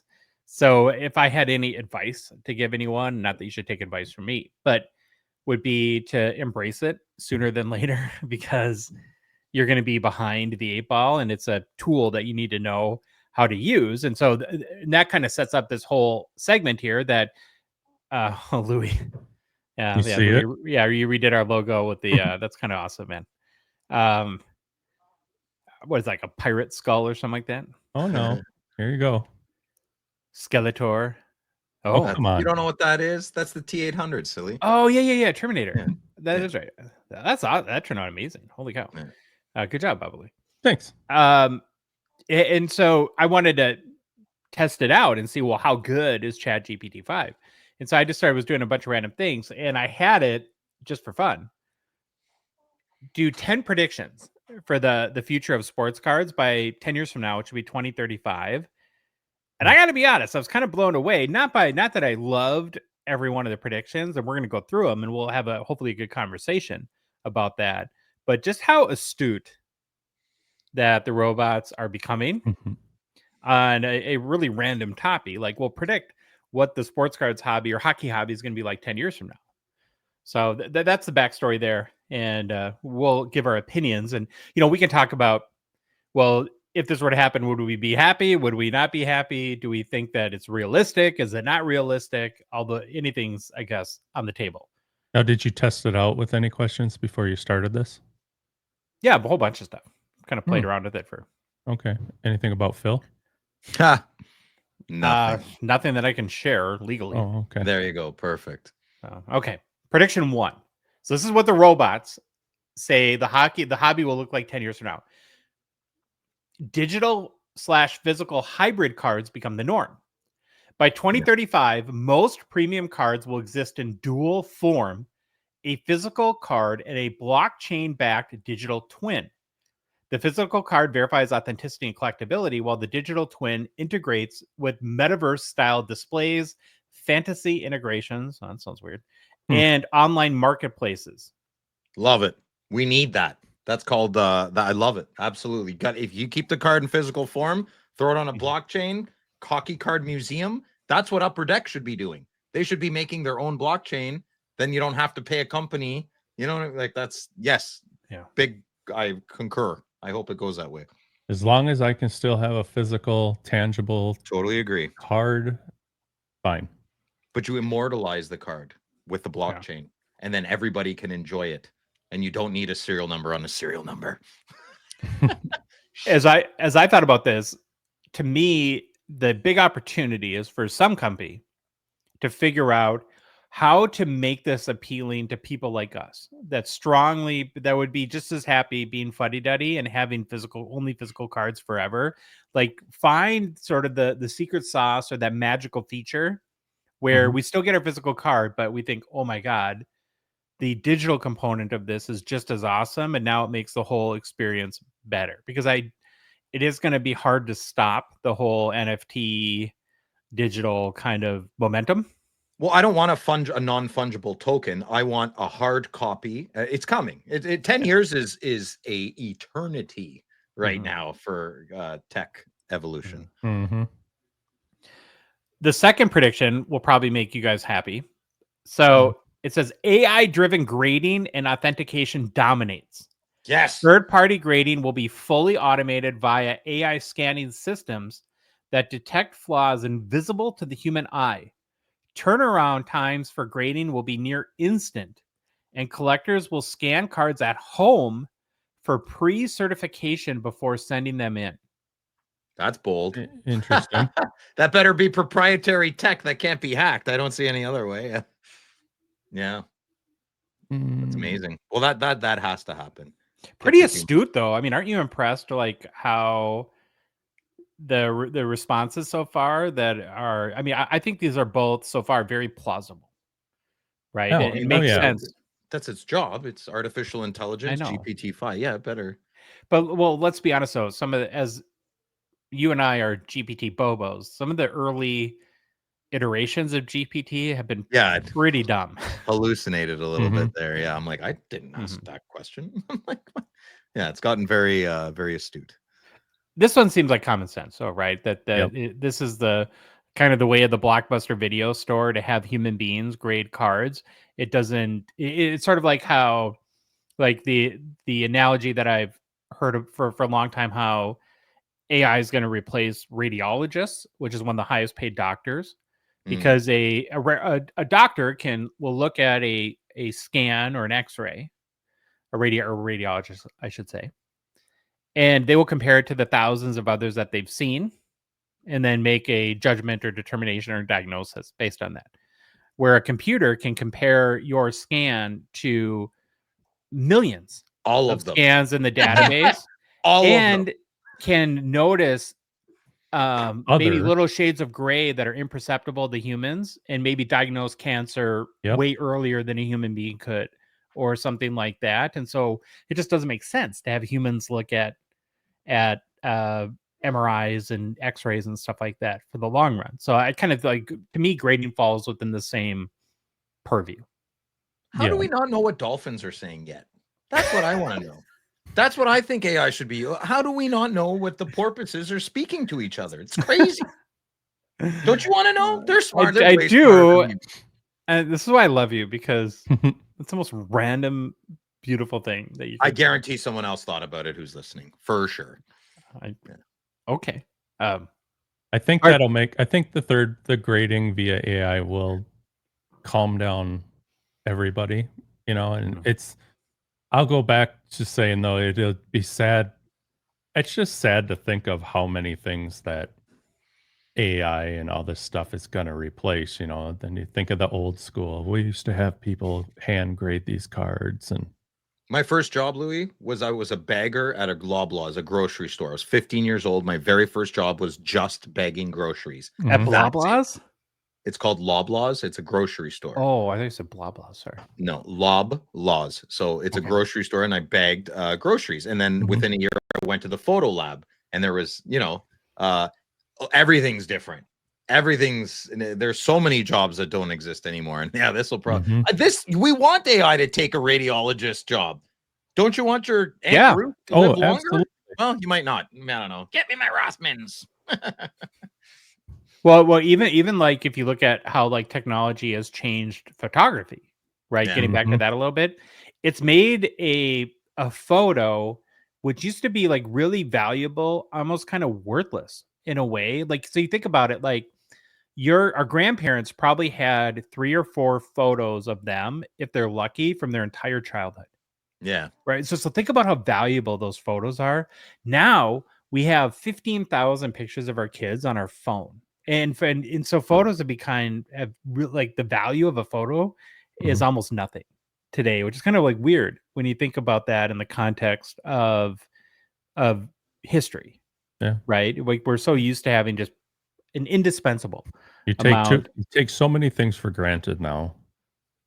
You got that Then right, brother. You got hot water for a shower. You got flushable toilets. Mhm. Man, you don't need much more. Really, you don't. I mean, But getting Uh, back to like how AI is going to change jobs in the next 10, 15 years will be the biggest change in culture and society in the history of humanity. yep. Um, I'm half the so jobs lucky I'm might at go the away. last half of my lifetime to experience it. Mhm. And it's not just like lower end like fast food workers. Like there's almost going to be no need for lawyers. Like any contract, like any rental agreement or something like that. ChatGPT can make better than a lawyer could. Right. And so like a lot of like computer programming Mhm. today, you can have GPT or Copilot or all these other programs program better than a human being can almost. Right. So the jobs will shift to like more Yeah, like a software architect. Right. sure. But there'll be a lot fewer and You just know what? more like Yeah. strategic You know jobs. when Chat came out with Chat Assistant there a couple weeks ago, and I emailed the link to my office manager. I said, "You better tread lightly, or else." Oh, geez. I want my $5,000 a month back. All right, Robert, back to cards discussion. So prediction Okay. 3, this one's interesting. Fully customizable cards for fans. Licensed manufacturers will offer on-demand personalized cards where collectors can choose photography, parallels, and inscriptions for current players, printed in limited runs with serial numbers and official holograms. So basically, we can all be Billy Celio. Billy's losing his job to AI. Sorry, Billy. Tag did that a little bit with their slabs. I mean, we're almost there. Everything we're almost You know, gonna be. but I think what it's saying, like NHL, so you could make your own licensed upper deck Brady Kachuk cards. Yeah, Mhm. that'd be nice. I'd like that. It's good. Mm. It's a little less bold than the first two, but yeah, okay, I agree. Well, That I almost think sounds it's good. more bold in some ways. Nah, I don't think so. It's personal. It's speaking to your. It's not very. I don't feel like that would be super profitable for a company unless they charge But out the would you wazoo. have like maybe like big time influencers or like could like Luke the Cardist for a guy like that customize and make his own Luke the Cardist sort of Yeah, he might want to. I'm on a way different. I do not want, and I do not want to be celebrated for our celebration of professional athletes. That goes in hand with my I refuse to celebrate mediocrity and pedestrian type of procedures. I don't think normal people should be on sports cards. If you want to do it with your family, like the Marsh family, like I'd put me and Cole and the pets, that'd be fun. But I Oh want yeah, it to yeah. be I don't think they were talking about that. I think they're talking about like could Luke Banksy, right, the famous street artist, could he decide? Well, I'm going to go into Upper Deck System and make 10 custom Banksy, okay. like I get Young what Guns renewed versions of Connor McDavid's Young Guns, and then sell those to people for tons of money because like we're almost he's now taken. Yeah, that's this and- tricky. I mean, you'll have thousands of people making cards, and then you'll have 999 people upset, and one will do well. I don't know. That's a slippery slope. If Upper Deck wants to tackle that, that's great. But I think they should clean house on a lot of other things before they even attempted a program like that. Mm-hmm. That's one of the that's the one out of the three so far that I don't know if I could see that happening, but would be I'd have to I'm really more on understand how it's rolled out. So yeah, make them yourselves. I'm not super. That one doesn't appeal to you. Get me in the fancies as much. Okay. Prediction number 4: integrated game used tracking chips. Game worn memorabilia cards will contain microchips or NFC tags that can be scanned to confirm exactly when, where the jersey, stick, puck, or glove was used, down to the shift and play. So QR code. We already talked about that. Yeah. They're just saying computer chip. Yeah. Mm-hmm. Yeah. I think QR NFC, whatever that means. Well, it's actually a chip that would. I think that'd be amazing. That'd be cool. Brilliant. I think QR codes should be more celebrated in everything. They're very convenient. Mm-hmm. Would you like that, Louis? As long as I have the technology in my hand to scan or do whatever's needed to tell me that information, I don't want it to be some second. I'd probably be like your phone camera, like any QR code. Or sure. Yeah, that'd be fine. But if it's RFID or something inside there that, I need something fancy to scan it with, then man. I'm sure they would use whatever's built into whatever the smartphones look like in 10 years, which that could be crazy in of itself. In our brains. Doot. Sorry, I got a call. Doot. Yeah, like Neuralink, something like that. Yeah, I'm down with Neuralink. I want to listen to music, man, in my head. My uncle got a hearing aid. He's Bluetooth. I'm like, what? I want to really. Yeah, it's crazy. Can't even see it. Cochlear implant or something like that. I don't know. Okay, prediction number 5: globalized hockey card market explosion. Well, that'd be nice. I didn't write. That's not what we want. It's gonna happen, baby. Yeah, we want hockey in China. Let's go. Mm-hmm. Well, hockey card popularity will surge outside North America thanks to expansion into China, India, and Europe, driven by NHL's global games. And let's give a lot of credit to the NHL and e-commerce platforms offering seamless cross-border transactions. Do you know how close India is to the equator? I think. I mean, I know it's full of a lot of people, and I know they are new Canadians love hockey. I like, but I think they have to come here first, and then they find it. I don't know. I'm ignorant. I've never been to India. I don't know. I'll ask Al. He would know. Do you guys see the hockey hobby exploding? The China thing, I mean, could make it explode in of itself. I think that's the only way it would catch on. It's got to be a colder climate. Listen, if they want to put 500 barns in India and slap a sheet of ice on there, great. But unless that happens, I don't think that's going to happen. China, I could see it. Yeah. I don't know I don't know the geography of India real well. Is the climate is that very homogenous, or is it like California, which has every season? Like California has deserts and snow-covered mountains and beaches. If I had to guess, I'd guess India is very consistently humid on levels that we would not want to experience. Certainly parts, but yeah, somebody will probably educate us in the comments, which would be great. Mountains, maybe they have mountainous regions. Yeah. Maybe. Yeah. Oh, Hindu Kush, Mm-hmm. So, right. What? I know my stuff. What do you want me to say?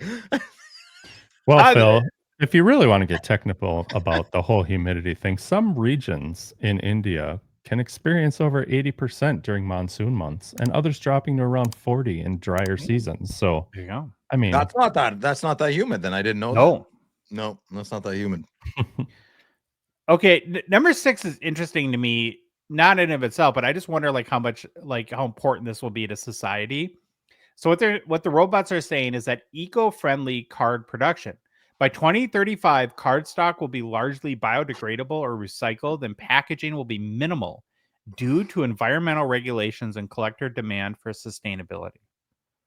I just think that depends on where the sentiment of the world is in 10 years around that. And I don't want to get it. Some people think climate change is real. Some people don't. Exhausting conversation. I don't know. Exhausting. I'll tell you this. All my work equipment, all of it went down the toilet when the eco-friendly people got involved. Garbage garbage tools. There's probably an efficient way to be eco-friendly, but I don't think the people running those programs know what they're doing.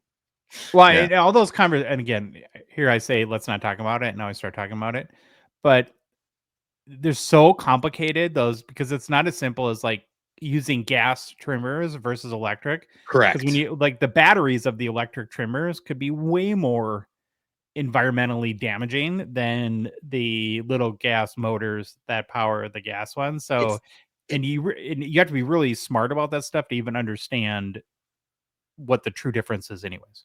I don't like topics that give people easy ways to show how virtuous they are, and it exhausts me. And I love the climate. I will pull over my car and make you pick that thing up you dropped. Do not be a litter bug. But the mainstream eco-friendly thing is an exhausting narrative, and we should be recycling everything, and I think we're not.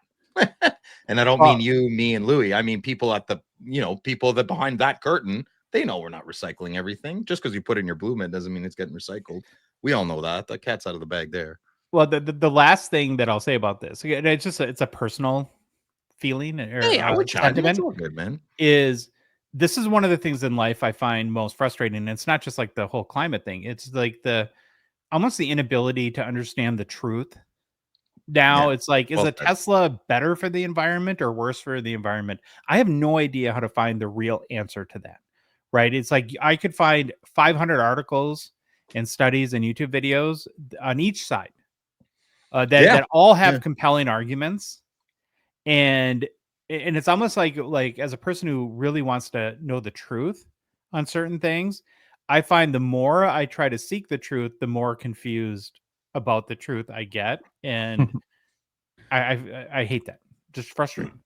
Well, then don't dig into looking up recycling, because that'll drive you nuts. The cardboard cards. You like when sometimes I buy coffee at my local produce place, and they have like open source coffee. No, like free range chicken coffee. I don't know, whatever they say. You can tell that cardboard, that packaging is a little different.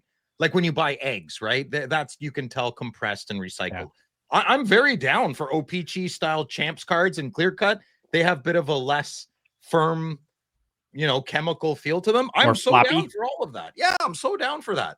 But only if it's done properly and not virtuously. That's nonsense. And you live in that big house, but we're all buying cheap, crappy cards because you're a recycler. Does that make sense? I think it can be done if it's done properly and above board, So they say eco-friendly card production. That's what the robots are predicting for 2035. What number is that? 6? 6, yeah. Number 7 is subscription-based product releases.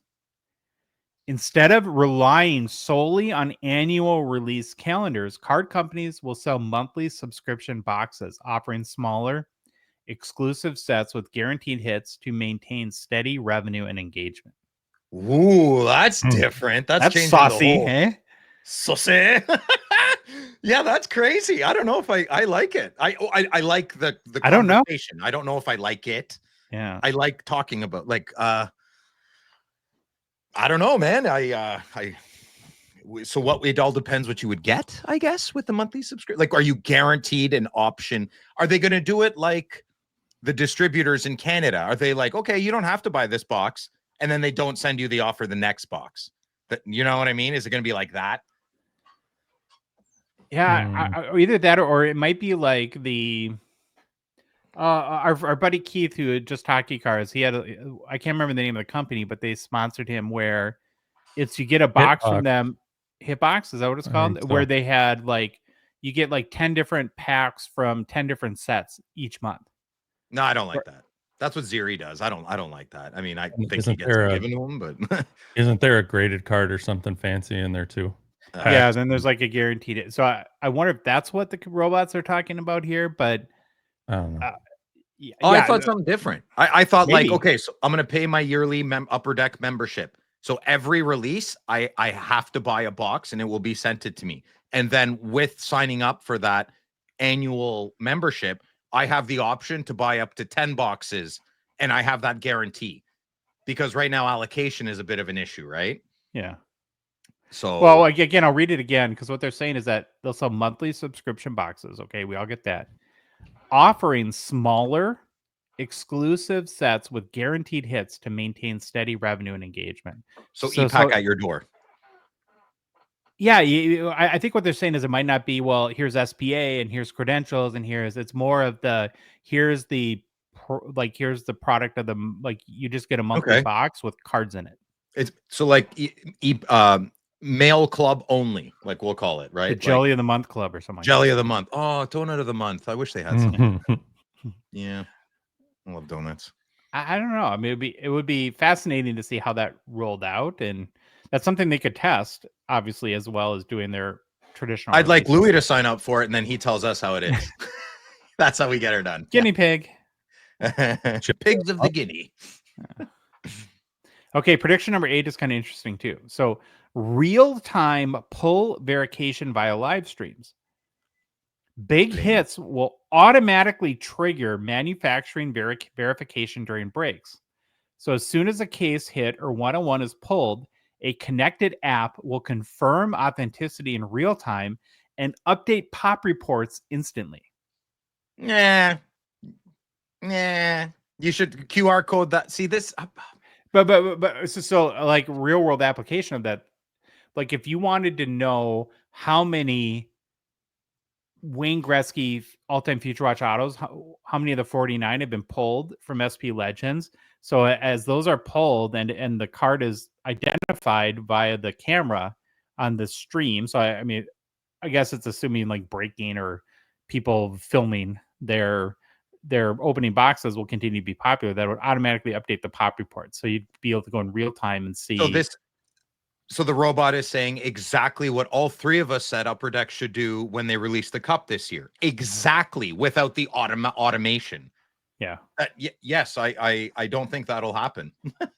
Not with our company. I don't think. No, I do not think that'll happen. I think it should, but I don't think it will. What do you think, Louis? I don't know how this. I like the idea that they have.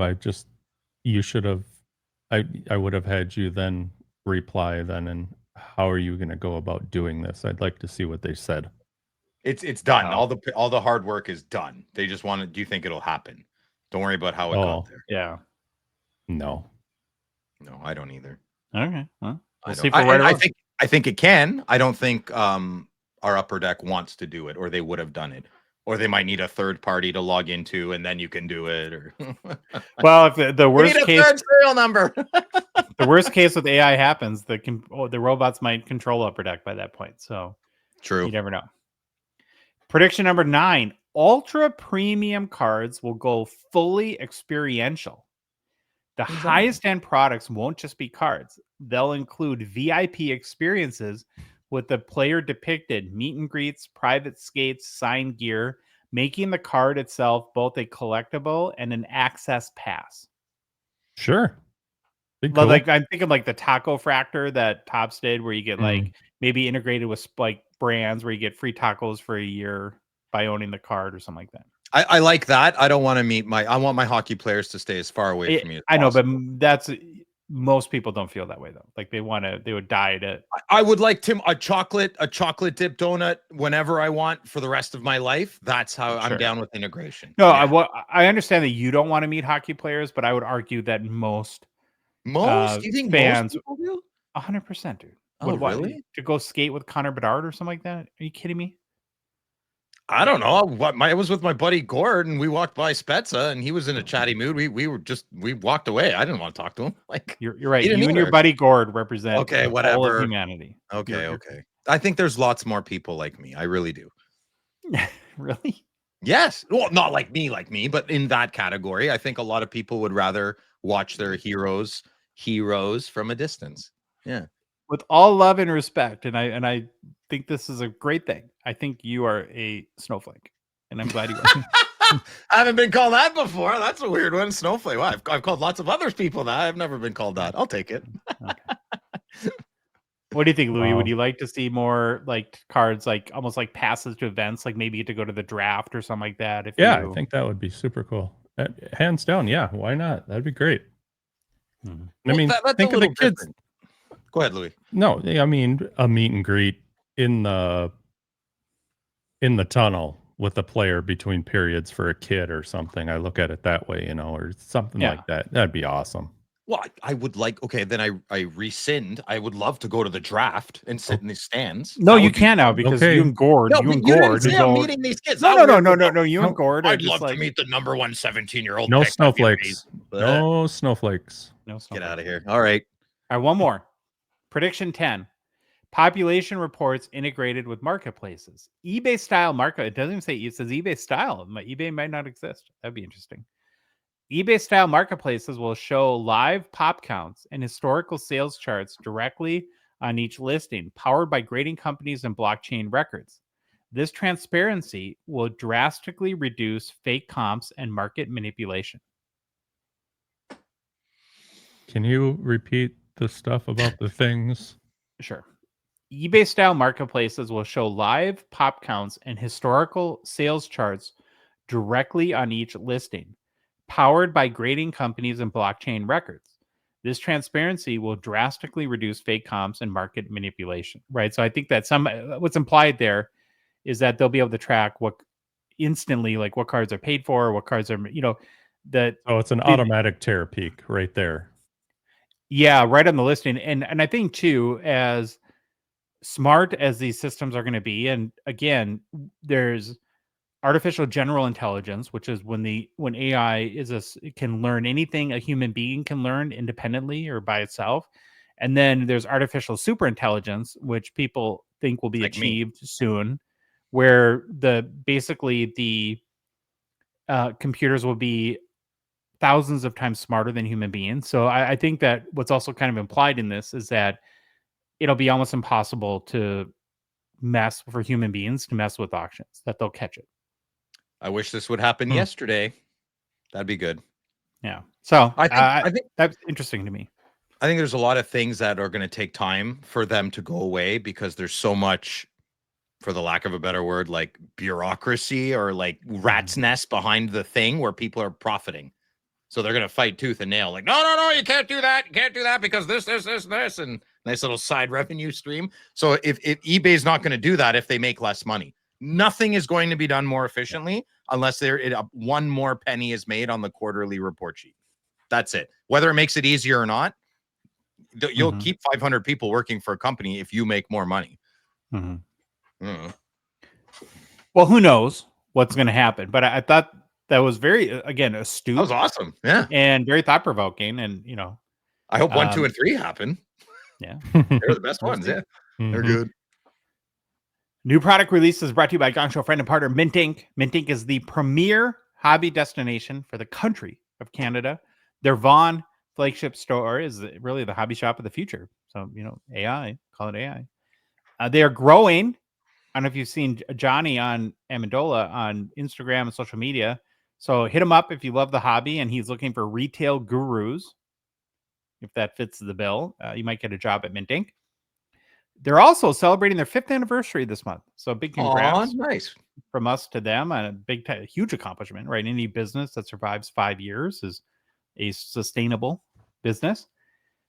And whether you're in the market for hobby boxes, singles, need some cash, cards graded, or want to submit for consignment, Mint Inc. is where you want to go. All of their services are also available online at mintink.ca. And remember, they can ship hobby boxes anywhere in Canada. So you do not have to be in the GTA to get the Mint Inc. experience. Well, boys, big release week in our hockey hobby. 24-25 SP Authentic comes out. We're going to get Future Watch autos and flops for the likes of Macklin Celebrini, his buddy Will Smith here on screen, Lane Shimmy Shakes Hudson, Matvei Michkov, nice rookie crop. And as we've stated on the show before, really the Future Watch auto, I think you can make a great argument, is in the top 3 most important hockey cards in all the hobby, right? You have the Young Guns, the Cup True RPA, and the Future Watch auto. So the checklist is live for 24-25 SPA right now on hockeychecklist.com. You can get complete details on the site today. We're not going to go through everything, We never do because that would be long, boring. and Just one exhausting. card, Josh. One card. Future Watch. There you go. Done. Done. But we're going to quickly review highlights, give you a sense what's going to be in those hobby boxes that you'll be tearing up on Wednesday and beyond. So here we go. Mhm. The base set in 24-25 SP Authentic is broken down by veterans and Future Watch rookies. With base veterans, you have 100 players on the checklist. If there's 3 parallels, there's limited red, which is 1 and 2 hobbies, so pretty common. There's a limited gold out of 99 and a limited black 101. Pretty standard for SPA. Then you have Future Watch rookies. And so it's not Future Watch autos because autos are definitely probably the most important component of that, but there's lots of variations on Future Watch. Now, of course, the core Future Watch auto is out of $9.99. We're looking at the Macklin Celebrini on YouTube. What do we think of the design this year? Do we like it? I like it clean. I like me too. less noise on the Future Watches. No polka dots this year. Yeah, Fantastic. I was not the biggest fan of 23, just personally, 20 with the circles. I prefer this. You can call it what it is, Josh. I'm generally not a fan of polka dots on anything unless it's on a dress and we're going out or something. Not my dress. You didn't like the American Dream, Dusty Rhodes growing up? Remember you wore the No, big I did polka not dotted- like. No, and I'm sure you liked his son a lot more. What was that mean? Gold Dust? You loved Gold Dust. That was his son? Yes. Gold I Dust thought was Cody his son. Rhodes is his son. He's got many. You can have more than one kid. Okay. Yeah. Oh, here we go. I did not. I'm not a huge wrestling guy, so I was when I was a kid, but not in a long time. Okay, there's 106 cards in total, which is kind of odd, but you get some weird ones. I think they added some which are not like numbered, and then there's no Logan Stankoven like regular out of $9.99 autos. There's just the non-autoed parallels, but there is the inscribed, which we'll get to in a minute. So it's kind of weird. And then beyond the autos, there are non-auto parallels of Future Watch cards. So you have limited blue out of $3.99, limited green out of $1.99, limited gold out of $99, and limited black 101. So you can get a Future Watch of all of the above there. As I just mentioned, 72 of the 106 Future Watches are inscribed. And per tradition, if you're not sure what that means, is the first 50 copies, they're still numbered out of $9.99, but the player writes in their NHL debut date. So we're looking at Lane Hudson here. So he wrote in 4/15/24 as part of the inscription for that auto. How do you guys feel about the inscribed? Like, would you ever pay the premium? Would it be important for you to get that inscribed? You have? Yes, I have, and I was happy to pay the premium For Brady? for Brady. Yeah, but in general, no, I'm not too. There's 50 of them. It's not 10. It should be 10. If it was 10, I think it'd be more sought after. There's enough of them. I think if it's your guy, it'd be cool. Yeah, But- and you still need to get one that's not inscribed because you got to show what it's of like. course. Yeah, got to have them side by side. Okay, so then now this is kind of new. There's this year horizontal Future Watch autos. What Patch these autos, you mean? no Oh. Future Watch autos. What these did is they've replaced retros. So there's no retro Future Watches anymore. Really? They replaced it with they have the traditional vertical version out of $9.99, and now there's a horizontal version that are either out of $5.99 or out of $1.99. The biggest rookies, so like Lane Hudson, would be out of $1.99. Now, do you like that as opposed like a different version of the Future Watch as opposed to the retro? I'll tell you what. I like them trying it. Yeah, I love that. I Good way to love put it. I'm a huge retro Future Watch guy. Kind of bummed that's gone, but let's try something different, man. Shake the tree. Let's go. it's weird. The retros never seem to have much hobby value. No, I love them though. I really, especially the patch autos. I'm a big fan of the retro patch autos. I love them, and I love how they're less. They're usually only out of 25, and I think they look great if it's the right year. Big fan. That's one of like the whole like mind twisters when you're new to the hobby and you hear Future Watch auto, and then like you're on Terapeak or Cardlet or something, and you see like Future Watch auto out of $9.99 sells for $2,000, and the out of $3.99 sells for $600. You're like, what? And sometimes the $3.99 card looks better. Yeah, sometimes. Lastly, there's also acetate non-auto versions of the Future Watch. These have unknown odds, so they're randomly inserted into packs. So again, Sleeper cards. the I've Future lost. Watch auto is not the only. It's part of the Future Watch sort of conglomerate within the product. Terrible way to put it, but I think you get what I mean. When Young Gun acetates came out, they were out for like 5-6 years. No one really gave a no one cared. And now look at them. So now look, we're in year 3. I believe year 3 of Future Watch acetates. No one's really talking about them. So if you're a player collect, you might want to scoop some up. I have over 10 Jake Sandersons. Future Watch. The acetates? Yep. Wow. Pick them up every time I can see them. They're dirt cheap. Well, not dirt cheap, but they're always under $100. I've never spent more than $100 on one. What's your sense of how rare are they? Are they more common than the Young Guns? I wish Upper Deck would. I wish they would put it out of 50. You know, or out of 99 would be great. Future Watch acetate out of 99. I think they should. They would get more traction with it, and that would be a nice little extra piece in that set. That piece already exists. Why not push it a little bit? Make it better quality too, like the Young Guns. Double tiered, not flat like a clear cut. There's a ton of auto sets in SP Authentic. I mean, SP Authentic is an auto product, right? That's, I think, the best way you describe it. We'll go through a few of them. So the limited autos are basically auto parallels from the base veterans. There's 60 players on the checklist. 1 in 60 overall pack odds, includes short print and super short print. Now, a big change that Upper Deck has made this year is for a long time, when it came to non-numbered autos, they would do like groups. Like you've seen like maybe on our checklist site or others, like Group A, has these odds, Group B, C, D, and E.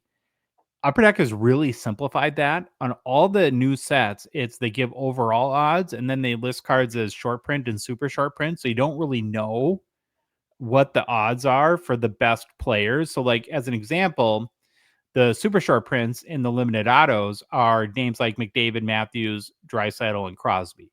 So to hit it's 1 in 60 overall odds, but it's going to be much tougher to hit those players. So it's kind of put a lot more guesswork into how rare autos are. And do you guys think that's a good thing or bad thing? Bad thing. I think the hobby does not like that. You need numbered it's mysterious in a not fun way. It's not a mystery O-Pee-Chee. The hobby learned really quick. The new O-Pee-Chees weren't that rare. We learned really fast, right? Yeah. Tell us. I think this mystery thing is a great tactic. To be careful, but it needs to be done way less. My opinion. Well, they're doing this with any non-numbered auto. Is kind of this. Yeah, I think that is a wrong decision. I don't know how do you gauge that though? How do you gauge an audience if we're working for Upper Deck? How do you gauge if that worked? 3 years later, you would have to talk about it. You have to sell it as super short print, and then that becomes the whatever that means to the beholder. And the other thing too that we don't know within that is a super short print limited auto. How does that compare to a super short print in another product? Like, one could be 1,000 and one could be 10, but you'll never know anymore. It just has a generic label. I don't know. It doesn't work for me. It drives me nuts. Like, no, trust us. It's a much shorter print. Okay. You got it. Thumbs up for me. I just won't collect them. I just stay away from it. That's how I do it. I'll just stay away from it. Okay, moving on. There's also mystery black auto versions for both limited autos and Future Watch autos. So these have unknown odds. They're very popular cards, but very mysterious in of itself there too. And then I would say the other biggest auto set in SP Authentic are the Sign of the Times, which have a very long hobby lineage and legacy. So you have both vets and legends in a group, and then rookies. Now, legend Sign of the Time cards are Bobby Orr, Paul Coffey, Jerome McGinley, Joe Sakic, Roenick, Martin Brodeur, Marian Hossa, Mike Modano, Owen Nolan, kind of interesting, Patrick Roy, and Wayne Gretzky. All are short print, super short print. So again, short print, super short print. Don't know. Rookies have all the key names, and then what we're looking at is like here are the black versions for both vets and legends and rookies. all of the black versions for Sign of the Times are inscribed. So for vets and legends, that like in the case of Bedard here, if you're watching on YouTube, he put in Chi-Town. They kind of added their own little flavor. Here's something I don't prefer. For rookies, again, the inscription on Sign of the Times is the NHL debut date. Why don't you like that? Because that's what makes the Future Watch Auto Inscribe so special. Is it has the Oh, debut okay. date. Now Yeah, they're I putting that understand. on the Sign of the Times too. I understand. Leave Sign of the Times alone. Just sign it and be good. Yeah. And then you have, of course, another popular sort of subset of Sign of the Times are the multiple player signed cards. So you have Sign of the Times 2, 3, 4, 6, and 8. Yeah, there's a good one. That's good. As if they didn't have Brady with his mouth guard out like Matthew. Come on, you gotta have both. So to me, the most interesting list was the Sign of the Times 3. Those are all serial numbered out of 15. I think anything 3 and beyond, though, now are stickers, so you have to be able to get over that. But they have a card for all 3 Hughes brothers. So Quinn, Jack, and Luke. There's like a defense themed one with Roman Yossi, Quinn Hughes, Cale Makar. A goalie themed one with Connor Hellebuck, Sergei Bobrovsky, and Thatcher Demko. And then this one's kind of odd, but I kind of like it. You have a Capitals one with Ovi, John Carlson, Nice. fine, and then Mike Gardner. Oh, I love it. Oh, that's Mike cool. Gardner. That's great. So that'd be amazing if it was not a sticker auto, but it's 3 players, so True. it probably will be. Cheap set to produce, though. Like, is it? There's not a lot of foil, not a lot of it's crazy- pretty common. It's kind of the same every year, which we'll get into that in a minute. But now switching to memorabilia, there are a few pretty big memorabilia cards in SP Authentic. So you got the limited auto material, which are out of 150, 25, or 10. 10s are most rare. And that's where you're going to have the likes of McDavid, Matthews, Makar, Crosby, and Ovechkin. And then, of course, you have the flop, which are all out of 100. Now, has all the big rookie names. No, these are vertical again. Let's get vertical. So we're looking at the Cutter Gauthier example on YouTube. There's also a black 101 parallel for these. But again, they got rid of retros for these too. So they also have the horizontal version. Oh, now, wow. the horizontal versions of the flops are out of 100, 50, or 25. So the biggest name rookies, like in this case, so Will Smith is out of 100, but like a Macklin Celebrini would likely be out of 25. Do you like that? Where now the more traditional horizontal flop is going to be much more limited for the key players. I like both. I really like both. I love my Future Watch patch autos. So yeah. And then these have a black 101 parallel as well. Sick. That's pretty sick. Yeah, very sick. And those are usually 1 out of 1s, though, are they not? Yeah, it's 101. So it's a spendy, let's just say. Spendy. I love the script 101s too. Feels fancy to me versus like 1-1. I'll disagree with you on that. I'd rather it was thinner. Really? Yeah, it's too thick. The 101 serial number. Weren't you talking about the pen on the auto? Isn't that what? No, I'm talking about the serial number. Like, look below. You know how they write out? Yeah. That's sexy. Yeah, it's all chromed out. Yeah, it's sick. When you're looking at inserts, SPA is not really an insert product. I mean, we've kind of had that suggestion for a long time now that sort of wish there was more of a banger insert. A couple, it's almost like they don't even try to be. And maybe that's a good thing. Maybe they're saying this is an auto product, not an insert product. But you have freshman focus, bases 1 and 3, pretty common. You have blue 1 and 12, green 1 and 60. To me, this feels like very much like an SPA insert, right? It's like, don't love it. Holofoil 1 and 60. That includes vets and selected rookies. There are legends, which are 1 and 160. Then another one is maximum performance, which is 1 and 5 base odds. There's a blue parallel 1 and 24, green 1 and 120. And then you have pageantry back as well with base legends and rookies. I had to throw this in. I had to throw this in because it's a Legends auto. That's a sick card. That looks really cool. Yeah, I think that looks better this year. It's my favorite pageantry to date.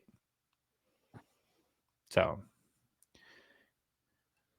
next is the bounty program. So a big part of SPA is the Spectrum bounty program. You get cards and packs like the Spectrum FX, which are the base players, are 1 in 10. Then you have Future Watches. Now this is broken down into tiers. So you have tier 1 is 1 in 20, tier 2 is 1 in 42, and then the biggest names will be in tier 3, 1 in 160. You can go on the checklist on our site, hockeychecklist.com. All the bounty awards are there, but a lot of times they're like the gold out of 50 of the Spectrum FX. As far as like bounty cards go, I think these are the nicest looking ones that Upper Deck produces. But again, the key here is if you are opening on Wednesday a box and you pull one of these, sell it immediately because people race. A lot of these, the bounty achievements, the best ones have like a very limited quantity. So it's who can finish it fastest, and you'll get the most money right away on eBay or whatever platform you're selling. And then just 4 months later, they're almost worth nothing. Yeah, maybe we should give a little bit of a warning. Like you can buy a 1 of 1 Spectrum FX card. I have never seen one sell for over 1,000 or 800, 900. Like you could probably just search on eBay or Card Ladder. It's just another chase that I think people like doing. Yeah, but I just want to make sure that if you're good at chasing things and you're kind of newish, it's check previous comps in Terapeak or Card Ladder or even sold listings on eBay. You could get the 1 of 1 of, I don't know, celebrate. Well, okay, maybe someone will overpay for that, I guess. Just be careful with the Spectrum FX. And I think what you're getting to is like many aspects of the hobby. Like if you wanted to complete a bounty chase, it would cost you a ton. Thousands, like way more, thousands and thousands. It's kind of like saying, I want a Lane Hudson Young Gun acetate, but I want to pull it myself. Yeah. Be prepared. You could go buy one for $1,000 or spend 800,000 in boxes trying to pull one. It'd be fun to do, but it's not the most cost effective. It's not cost effective.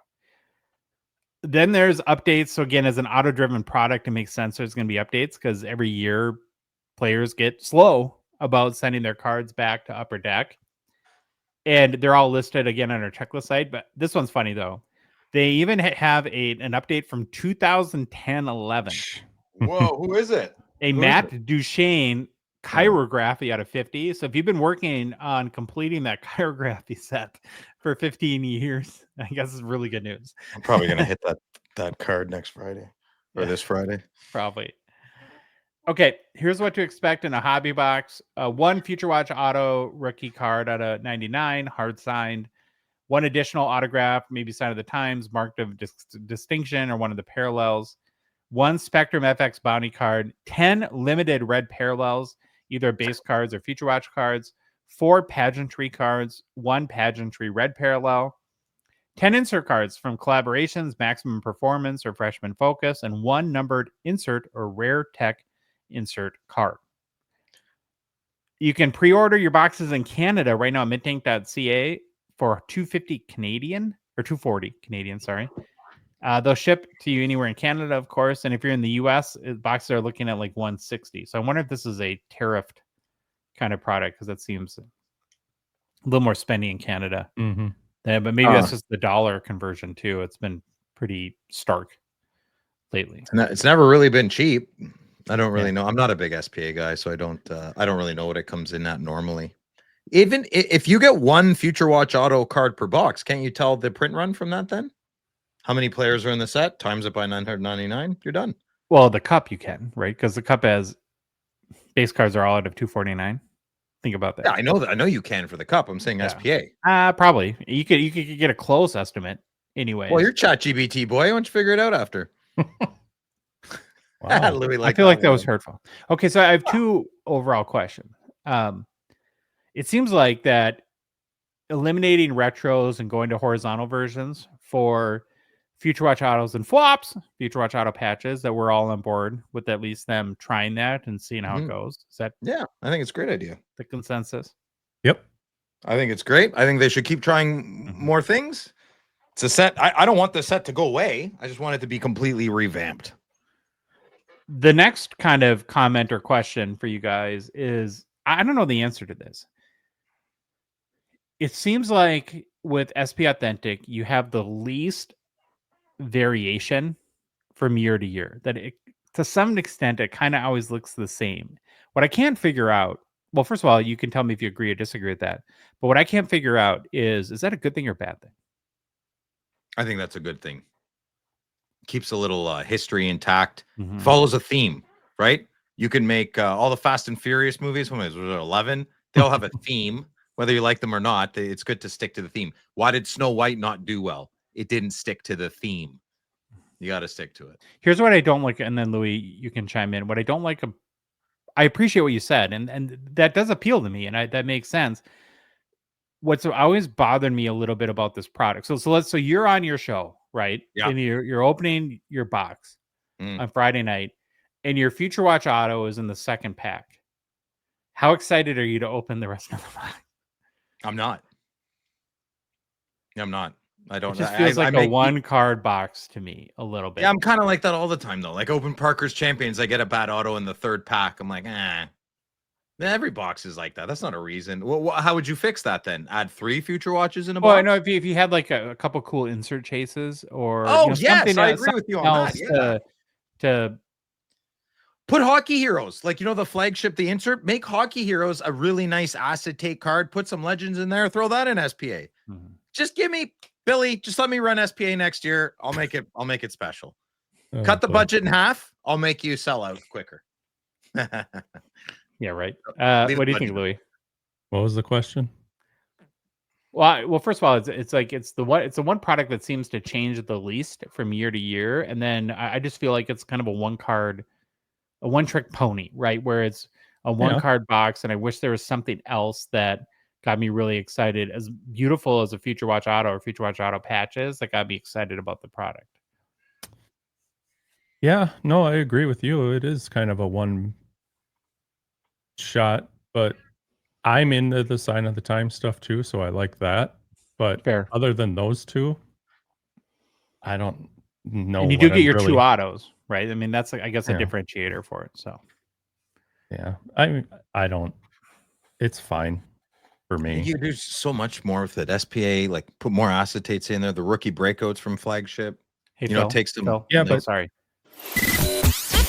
That was another BabaLewi hobby hot take. Sorry, I was going to get in trouble if I didn't get that in. Yeah, that's right. Josh gets crap. Yeah. What'd you use that on? Your hot take. Your hot take. Oh. All right, Philip, big mailbag. You ready? That's where I'm ready. Let's go. Take a load off there, Josh. Phil's turn. Okay. Gongshow Mailbag. First question from Discord. Headphoned activist. Oh, I like that. Must be an audio file. Who are your top 3 favorite NHL goaltenders? Any era? No wrong answers. Louis. Brodeur, Patrick Waugh, Dominic Hasek, and I had to throw Tim Thomas in there too. He was entertaining. Yeah, he definitely was. Josh? I picked Patrick Waugh. I've really appreciated Flower a lot these past couple years. Now that he's been a Minnesota Wild player. And my smitten kitten, Dustin Wolf. Got to go there. Yeah, I could have picked your 3 for you. I'm surprised you picked Patrick Waugh, Louis. Thank you. That's awesome. And my first pick is Patrick Waugh. My second pick in this order is Brian Hayward, who was the starting goalie before Patrick Waugh and lost that job quite quickly, but was a great mentor for Patrick. And my father brought me to a lot of games at the Montreal Forum, so I have great memories of Brian Hayward. And Craig Anderson to round it off. He was the best goalie Ottawa Senators have ever had, and that includes Linus Ullmark. And I feel he was very underappreciated and very underrated here in Ottawa. So Craig Anderson rounds it off for me. All right, next question. Discord. Postmaster Scott. Will Phil's cracking service, what does the I stand for? Well, PCI, Private Collection Insurance. Oh, I thought he meant Phil's cracking service. Oh, boy. Well, I answered the question wrong. Will Enzo's company cover slab cracking mishaps? I bow out. Josh, you want to answer this? Well, I think if they see your videos, no, they wouldn't do that. Well, what if Enzo insures me? He won't. But you don't insure something that's like guaranteed to end in disaster. That's not how insurance works. Sure you do. It's just you put a rider on your insurance and it just costs more. Riders on the storm. Yeah, okay. All right. So there you go, Postmaster Scott. That's the best we could do with that. Next question. Discord. Bill Brasky. No? Oh, sorry. Yeah. Oh, okay. Yeah, Bill Brasky. Hey, boys. This question I feel is more in Phil's wheelhouse, but all of you feel free to answer. Is Dorothy Mantooth a saint? I know you answered after me, Louis, but it seems like you had fun like me. If you want to go ahead. I had a little fun with it. Yeah. So let me tell you something, pal. You can chirp my defenseman for missing that empty net. You can laugh at our power play going 0 for 7. Heck, you can even make fun of our mascot's new haircut. I'll let that slide. But the moment you cross the line, the second you so much as whisper something bad about our third line winger's mother, I will drive to your beer league game. I will lace up my skates, and I will lay the cleanest, most sportsmanlike body check of your life. And then I will stand over you, look you dead in the eye, and say, Dorothy Mantooth is a saint. Are you lost, Josh? Yeah, I was just gonna say, how embarrassing is it for me? I have no clue what you guys are Well, okay, then I'll answer and then we'll tell you.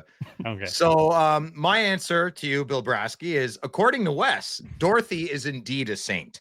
I'd also like to point, unbeknownst to most fans of Anchorman, that should be a big hint for you, Josh. Okay. If you ever wondered why Ron stepped in and told Champ making fun of mothers is unnecessary, that line always kind of confused me.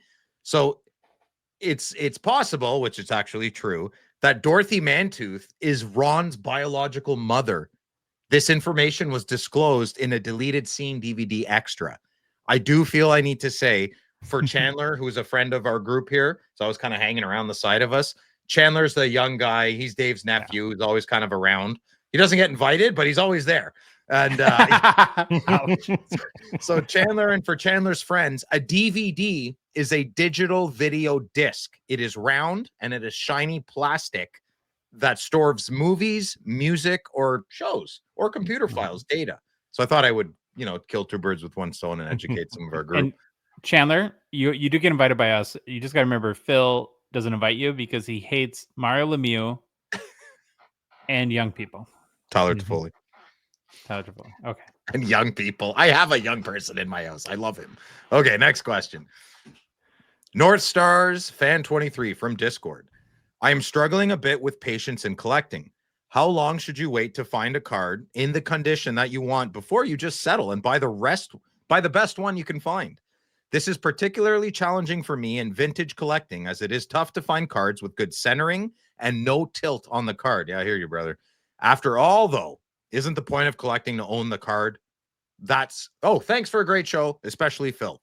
Okay, well, I'll go ahead and I'll answer why first. don't you go first? Yeah, I will. So here's a little quote I like. Our ultimate victory is achieved through the absence of urgency. Try to live by that every day, and I fail miserably. But I waited over 10 years for my 2008-2009 Gretzky Rainbow out of 100. It was worth every moment of the patience. I saw maybe 5 or 6 in the last decade, and every one of those damn cards had something. I was like, I can't get over it. I can't get over that. And then I found one. And it was a little damaged. I was okay with the damage. And I bought it, and I waited over 10 years for that. And I look at it almost every day, man. So I do think patience, but I do hear what he says. The whole point of this is to hold the card. 10 years is a long time. I didn't have to hold the card. So, do what's worth for you. What works for you? What do you think, Louis? You feel a lot better waiting to get exactly what you want. If you just let's say you want a better graded card. You buy something just to say you have it, but you hate something about it. And if you just waited another 2 months or whatever, you'd have got that one without the fisheye or something, you know what I mean? And be more happy with it. Dave bought 2 Ultimate Rookie super rookies in the same 5 minutes. Oh no, that was Carter. Yeah, Carter bought the 2 Leon Draisaitl's. That was not patient. Better patch for cheaper on the same tour. He wasn't patient. Well, I don't think you'll ever regret being patient. I have, maybe it's a good thing or bad thing, affliction or benefit, but when I find something that I don't like about a card, that's the only thing I can focus on. Like going back to my boy, Dustin Wolf, there is a green PMG for sale on eBay right now that I would go hard after that card, but a bottom corner is, even by PMG standards, is just too bad. And I just know that if I bought that card I couldn't look at it without thinking about how much I hate that corner, and therefore couldn't enjoy owning it. And so that, it's so much better off. I find you never regret being patient. Yeah, you got to wait for what's there. Remember my Jake Sanderson 101 Ultimate? There's a huge chip right in the middle of the gold foil. I don't care. Doesn't bother me at all. Bothers Josh though. But it doesn't, like, as a friend, he pointed it out to me right away. Like, Phil, just so yeah, no, I know it doesn't bother. So whatever your personal metrics are, stay true to them, man. Stay true to them. If you're a little bendy on one of them, you're not going to like the card. That's what I think. All right, good answers, boys. Next question. Discord. Bill Brasky. He snuck in again. Hey, boys. Between the 50s, 60s, 70s, and 80s, which decade do you guys think has the ugliest set designs? Louis? The 70s. Josh? Yeah, I'd say 70s. And Phil says the 70s by far. But 1971-72 is pretty awesome. Oh, it's epic. Yeah, 71-72 is amazing, man. I love it. But like, yeah, I think it's 70, 71. It falls off after 72, 73. 70-71 sucks too. It's not good. It's not. I saw them on every garage sale in Ontario. Okay, next question. Discord. Swifto Jr. Hey, boys. Since you were all lucky enough to go this year, if you could change one thing about the National, what would it be? I have no comments. Yeah, this is an inaccurate question. Doesn't matter. Let's move on. Josh, what do you think? More hockey cards. But beyond that, I would love if they found some way to organize it so you could more easily understand where you are and don't get lost so much. I don't like feeling lost, and I felt lost the entire time. Louis? To be fair, I would say I'd need more me time at the National to make a fair, or to, just tell Josh to get lost. Get off me. Yeah. I don't right off the bat don't know what I would change. Yes, it was confusing as to where you were, but I figured it out decently quick, but I don't know what you would change. Should I just be selfish and say more hockey? But there was hockey. There was a lot of vintage hockey, but it was so spread out that if you found, to go on the knowing where you are, if you found something and you wanted it, you might as well just buy it, because the second you leave and walk 10 feet, you'll never find the table again. Was there food on every floor, or was there only one spot for food there? There's way better food than at the expo. And it was spread out. Quality. It was spread out. Okay, it was spread out. Thank you. More choices. Okay, next question. Discord, Vegas. I don't know how to say VJK. Is that just Vegas Knights? That's all that is? Okay. Vegas Knights, collector. Hey, man. He's great, loyal, faithful on Friday nights. Asking in a non-judgmental way, how much did Phil and BabaLewi have to drink before Thursday's show, and can I have some? I'm going to go first. I'm lost. I love you, man. I don't know which one you're talking. I guess the one that Josh wasn't there for. But my drinking has massively subsided in the last 5 years, pretty organically. I might have been a little baked, but I wasn't, because I haven't smoked before anything we've ever done Gongshow. Not yet, anyways. I keep talking a big game. I don't know. I might be weird, or it might not want to. I don't know. I don't think so. I think it'd be more fun, but so I don't know what you're talking about. Louis, what do you think? I don't. Oh, okay. Yeah, I don't either. And I'm curious. Do I need to drug test you guys, or what's going on? What are you doing? I would not do that. I would not do that at all. You drug test me all you want. I do want to know, Vegas Knights collector, what do you mean? Yeah, I do. I want to know. Well, I really want to know. Yeah, I guess Josh really wants to know. Maybe you should message me first. I don't know.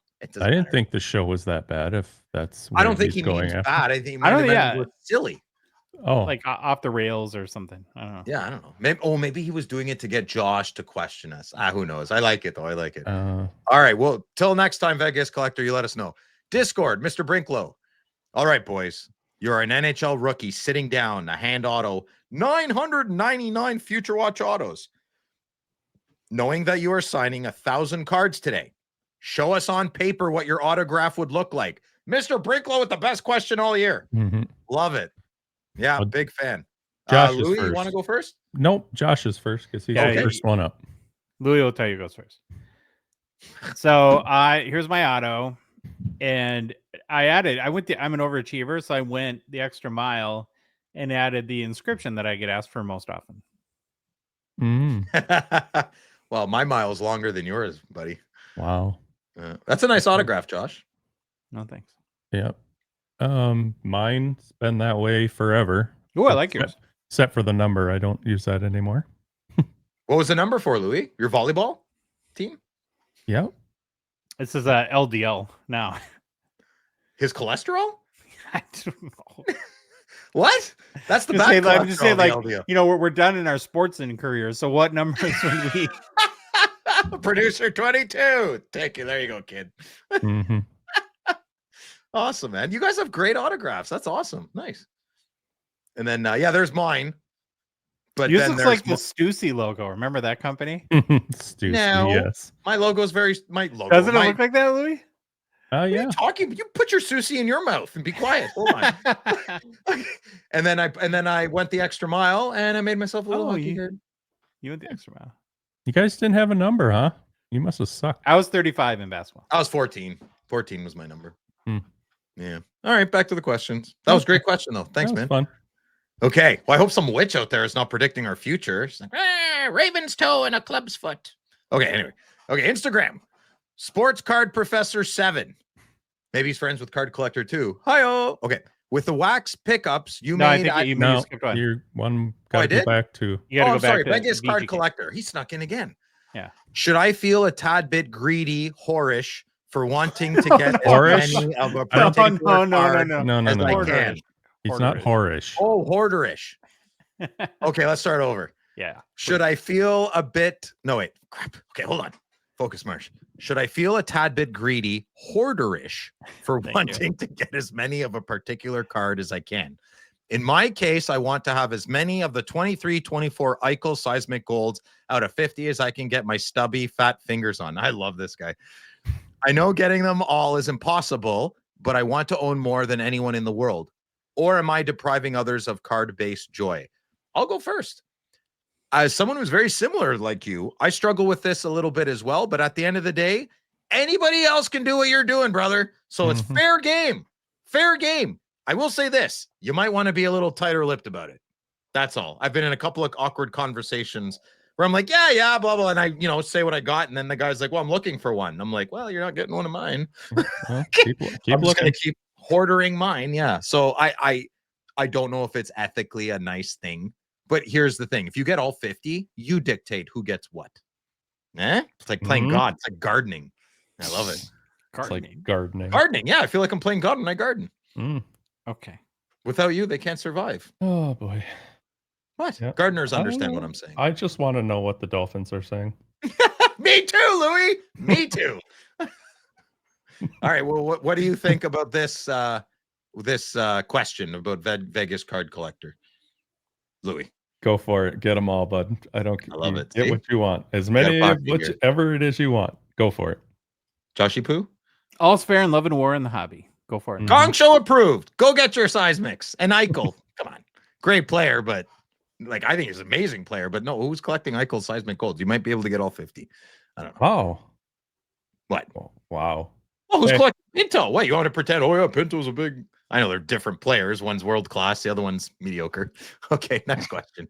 Instagram. Sports Card Professor 7. With the wax pickups Josh and Louis made at National and your prediction that prices for hockey wax will continue to drop at the time of the expo, are you thinking of making wax prices a regular segment of the show? I will go first. I hope not. Yeah, we don't buy wax enough to. Yeah. We talk about it way more than we do it, man. Way more. Well, you buy the most because you do rip your boxes on Finance of Phil. And I don't want to. I'm only doing that for the show. Your idea. The only reason I'm buying boxes is for the show. I do not buy that kind of wax. Yeah. So, what do you think, Louis? I don't know about prices and where they're going to go, but it all depends on where you find it too, because we, the ones that made it to the National, we found a dealer way in the back court. And it's not somewhere you would have typically just walked through. We were waiting for we were waiting for Josh. He was doing something, and Dave and Chandler and I started just walking into these random back corners, and we found a table. And I'm not kidding. Every hockey box this guy had was $25 cheaper than everybody else. Wow. So that's why we ended up buying it from him. But Was his name Grant? No. Nope. No, it wasn't Grant. Oh, was that when I was doing the break with Skull and Steel? Oh, yep. And then we got you back, and we damn near bought the guy out of everything because It's like, hey, can you guys go, please? well, I was so inappropriate. Everybody wanted 125 to 130, 35 to 150 of the new Parker's champion. Yeah. $100. This guy was $100. It's crazy. You know, so I was like, yeah, we'll get some of that. But yeah, sorry, Josh. Go ahead. No. I sorry, I cut you off. I just want, and I don't think we talked about this too much on a recap show, but I have a lot of regrets after that break with Skull and Steel. Something got into me where I'm pretty sure I violated every single whatnot policy. Like that night, I'm lying in bed thinking I just got them kicked off of whatnot. I was off the charts. Bonk. I was like, What'd you do? Take her pants off or something? What'd you do? I was just like, I was like, Giddy like a schoolgirl? No, I was like, buy your spot now. I guaranteed we would pull like 6 golden treasures. But in fairness, I did say they would all be terrible players. But I was just like completely. Whoa! You pulled 6 golden treasures? No, I do. As they're trying to fill the break, I told people if you buy your spot, I guarantee that we'll pull 6. Stuff like that. That's bold. Oh yeah, I was completely out of my mind, and I wasn't drunk or anything. I was just all wound up, I guess. What's Steel and Skull? Like that's Travis, tobacco? The guy that opened up all the cards at Rip Party. Oh, I love Travis. Travis is amazing. Great. Oh, amazing. Okay. That's Beautiful his name? guy. His company name? Yeah, one's a Vikings fan and one's a Steelers fan. Skull for Vikings. Cool. Oh, they're good boys. Yeah, good lads. All right. Okay, next question. Ashtray McMuffin. Isn't that juicy one? Isn't that Dean Portman? That's Dean, it's a great name, though. It's a great name. Yeah, I like it. Any plans to have Sylvain on again? Hashtag confessions of a card dealer. Want to hear about his 5. What? Dean, that's brilliant. He wants to hear about Sylvain's 5-card PC. Oh, yeah. He's throwing shade. Yeah. We killed Sylvain. He's dead. Yep. Yeah. Done. He's done. We're done. I know. I'm going to be honest. We get asked this a lot. Somebody just asked in Discord. I don't exactly understand. Sylvain's on a little bit of a flipping hiatus. Sabbatical. Yeah. So it's not that there's nothing like bad that happened. And it's his story to tell how much he wants to divulge in that, but I do want to have him on because I would love for him to. I just don't know, like, he might be like in Mexico on a beach, like smoking peyote somewhere right now or something like that. I have no idea.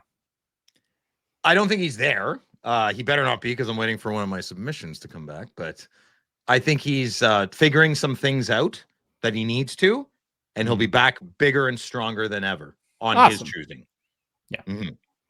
But we will definitely have him back on the show. ASAP. Yes. Yeah. It'll be the winter of Sylvain. Okay. Maybe the fall. I don't know. All right. Next question. Facebook. Stu Artnet Hurton. Sorry if I missed this. Ayrton. Okay. Stewie. Sorry if I missed this when you discussed SP Authentic. I don't think so. We just talked about it today. I chase the bounty with a group every year. Oh, boy. Can we edit my comments out? This year, there are no bounty cards for the big guys like Celebrini or Mitchkoff or Hudson. And Nazar and Cutter Gauthier are bonus bounty cards. Nothing against their play, but I find it very strange the rookie bounty chases none of the big rookies. Thanks, guys. Keep doing what you're doing, especially Phil. So this is a Josh question, but I think that might be a blessing in disguise for you. I'm sorry. I'm just being honest. Unless they really like doing it, which they probably do. Josh, yeah, it's a very astute point, and none of the big guys are in the Spectrum Bounty Effects. If I had, or the Bounty Program, or the Bounty Achievements, if I had to guess, because all the rookies that are in there, like, are the ones that were the holdover rookies that made their NHL debut the previous spring that were like in Series 1. So if I had to guess, it was a production and timing issue where they couldn't get the people that made their debut at the very beginning of last season into the set.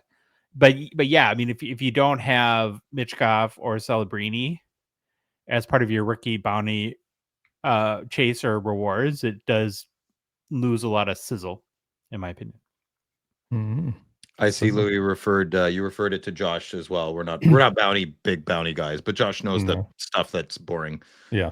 But important. Sorry. The backhanded compliment. Perfect. That was great. You nailed it, bro. Josh, that was awesome. That was great. Okay. Instagram. Cardza. Do you think the summer hockey price lull is less this year than previous summers? I think it's about the same. Marner's dropping hard. Nyes is doing well. Summer is silly and fun. Everyone's war chesting for the season. I don't know. It's my comment. Louis, what do you think? I'd have to check the data. Go ahead, Josh. I don't know. I have a hard time telling this too. What I do think is interesting about this year is that we had the draft and free agency almost immediately after the season. And now it's been like a month since there's been anything. And we have another month before training camp starts. And it does feel like it's like really like, other than my 4,000 times a day I check to see if Kaprizov signed his extension. That's like the only engagement I have in the NHL right now. Yeah, mine. I think we all hermit locally to our teams. I still watch local Sens broadcast, and I'm not really checking NHL. Oh, I haven't checked NHL.com in weeks, months, maybe. But locally, I'm keeping tabs big time on my Sens. Who's coming to Ottawa early? Who's we're not camp, but who's skating in Canada already? So I think it's time to. Well, I'll give you just a kind of fun show context around that. So I've been looking ahead to our preview, because we kind of do every year like a 10-part preview to the season. So I actually went the other day open up the calendar and kind of plotted that out. That doesn't even start for another month. We're 10 episodes away from the start of the season. It's like, oh boy. Oh yeah, okay. All right. Ay. All right. Okay, next question. Instagram. Irritable Bowel Collects. 1989. I don't know. Maybe you have an iron stomach like me. I have no idea. Just having fun. What's going on with stature? I miss it so much. I have no comment. My face will reveal all information, so don't look at me. Louis? It's coming. Josh? Yeah, it should be coming out soon. Remember, it's going to be a dual rookie class. It might be a little bit different than before. Next question. Discord, Travis Konechny Collector. Love you, brother. How's it going? Hi, guys. After going to the National and frequenting the Toronto Sports Card Expo, I'm wondering, what do you all think would be your ultimate sports card show and experience? If you could build your own in a perfect world scenario. Not sure if you want to answer it here or even make a topic for a future episode. Also, since Phil is Captain Cardboard, what are Josh and Louis' superhero aliases? Keep up the great work, guys, and I want to praise you all for helping bring together this wonderful community, especially you, Phil. Thanks. You all deserve kudos. Oh, thanks, man. That's awesome.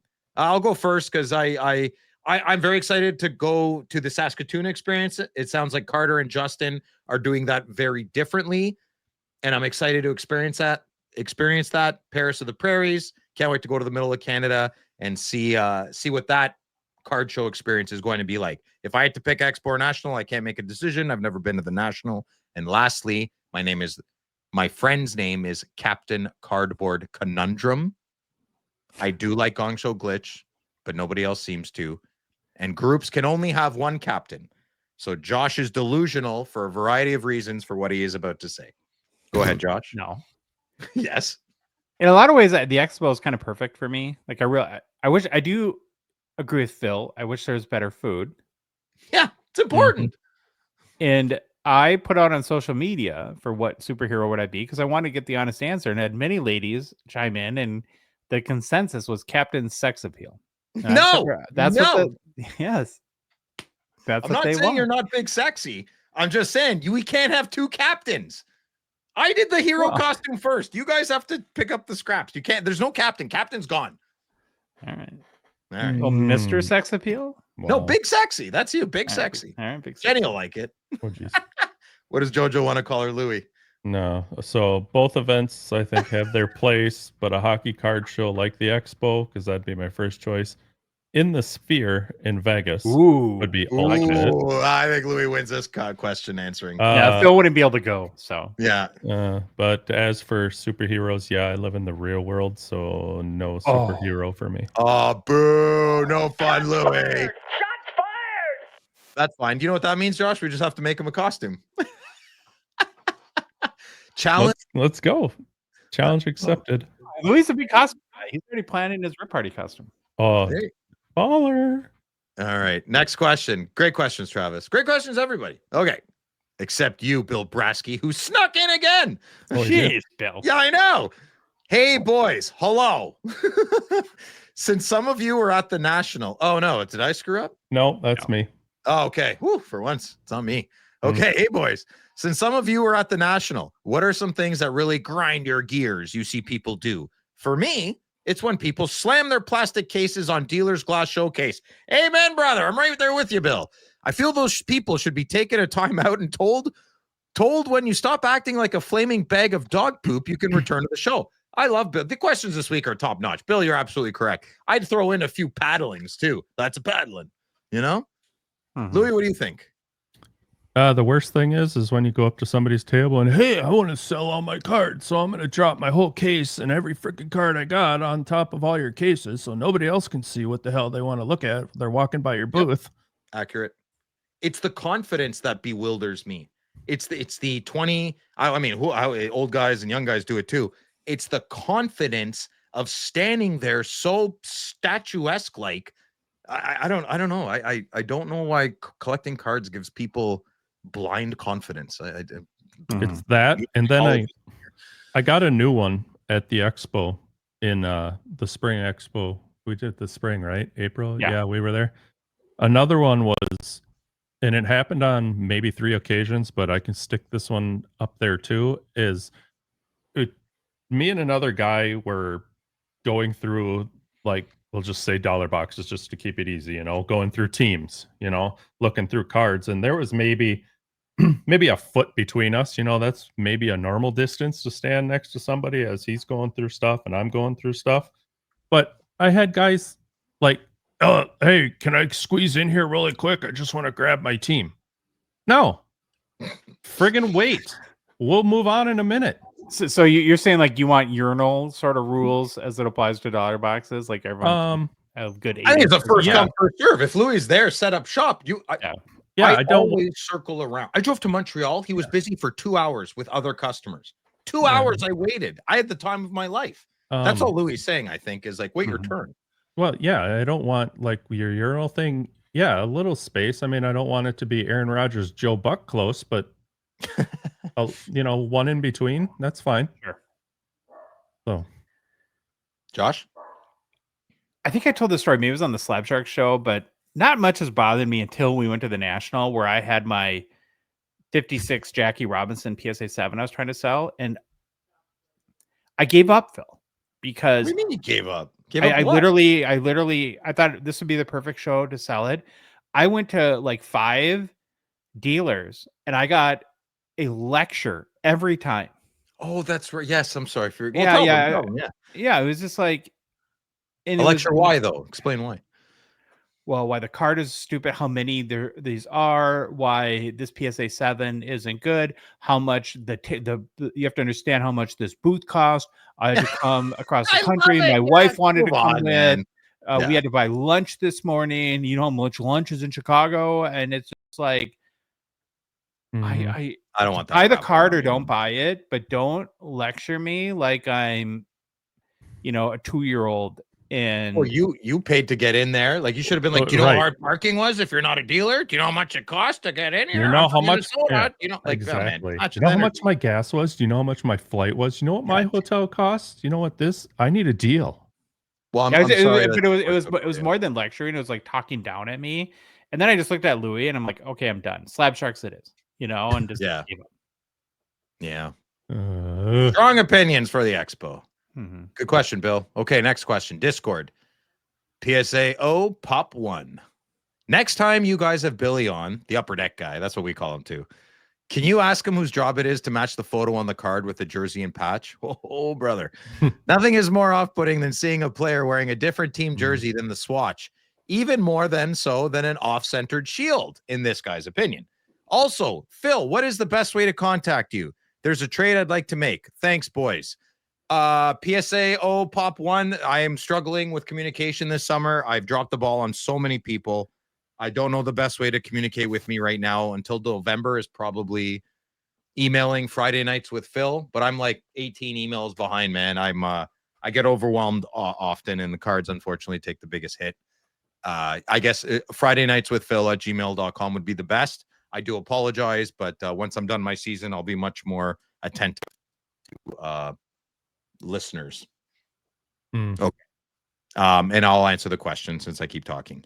We've been wondering the answer to your question forever. I don't know. I think we asked Billy 1,000 times, and I don't know what the answer is. I feel like we've asked a lot. Maybe Louis or Josh know a better answer, but I don't feel like we've ever gotten one. So I have an assumption that it's just a communication or a coordination issue, right? That, like, as we've learned from Upper Deck, they're very siloed there, and different people do different things, and so it's all the way across the country at different seacoasts where they do the memorabilia versus the card. And so pick up the telephone. Yeah, I'm guessing that like the patch they have for Patrick Waugh is a Avalanche patch, and that doesn't get to the photo picker, and then they pick Canadiens jersey, and that's how that happens. And my opinion is the card should not be made then. Yeah, I don't like it either. It's really not good. It's the difference of lots of money and it's terrible, man. And maybe we're wrong per our lovely meeting with Jason Mashra at Upper Deck. If you're listening, let us know if we don't understand why this happens. Would love to clarify that for ourselves and everyone else. Big time. Exclamation. Okay. Next question. Swifto Jr. Hey, boys. Josh, I've used Card Ladder for a couple of years now, but ever since I got an eBay store, I've been using Terapeak more and more. I kept hearing it about somewhere, but I can't remember where. I now notice how many unpaid sales Card Ladder reports, even though verified sales was its pitch. I'm considering dropping it. I don't deal with expensive cards where I need auction house prices, etc., etc. What are your thoughts? Talk me into it or out of it. Thanks. I'll hang up and listen. Louis, go ahead. Okay, Josh. Same as Josh. Just let him answer that. Go ahead, Josh. Well, first of all, Phil. What? I got to call you out on something a little bit. You're going very lackluster on Hey Boys. I can't do it. Everyone's doing it. Just do it. They're doing it. Just do it once. Just give the people what they want. I'll do it on the next one. I'll do it on the next one. I don't think there is an. Oh yeah, there is. Yes, there is. Okay, fine. Thank you.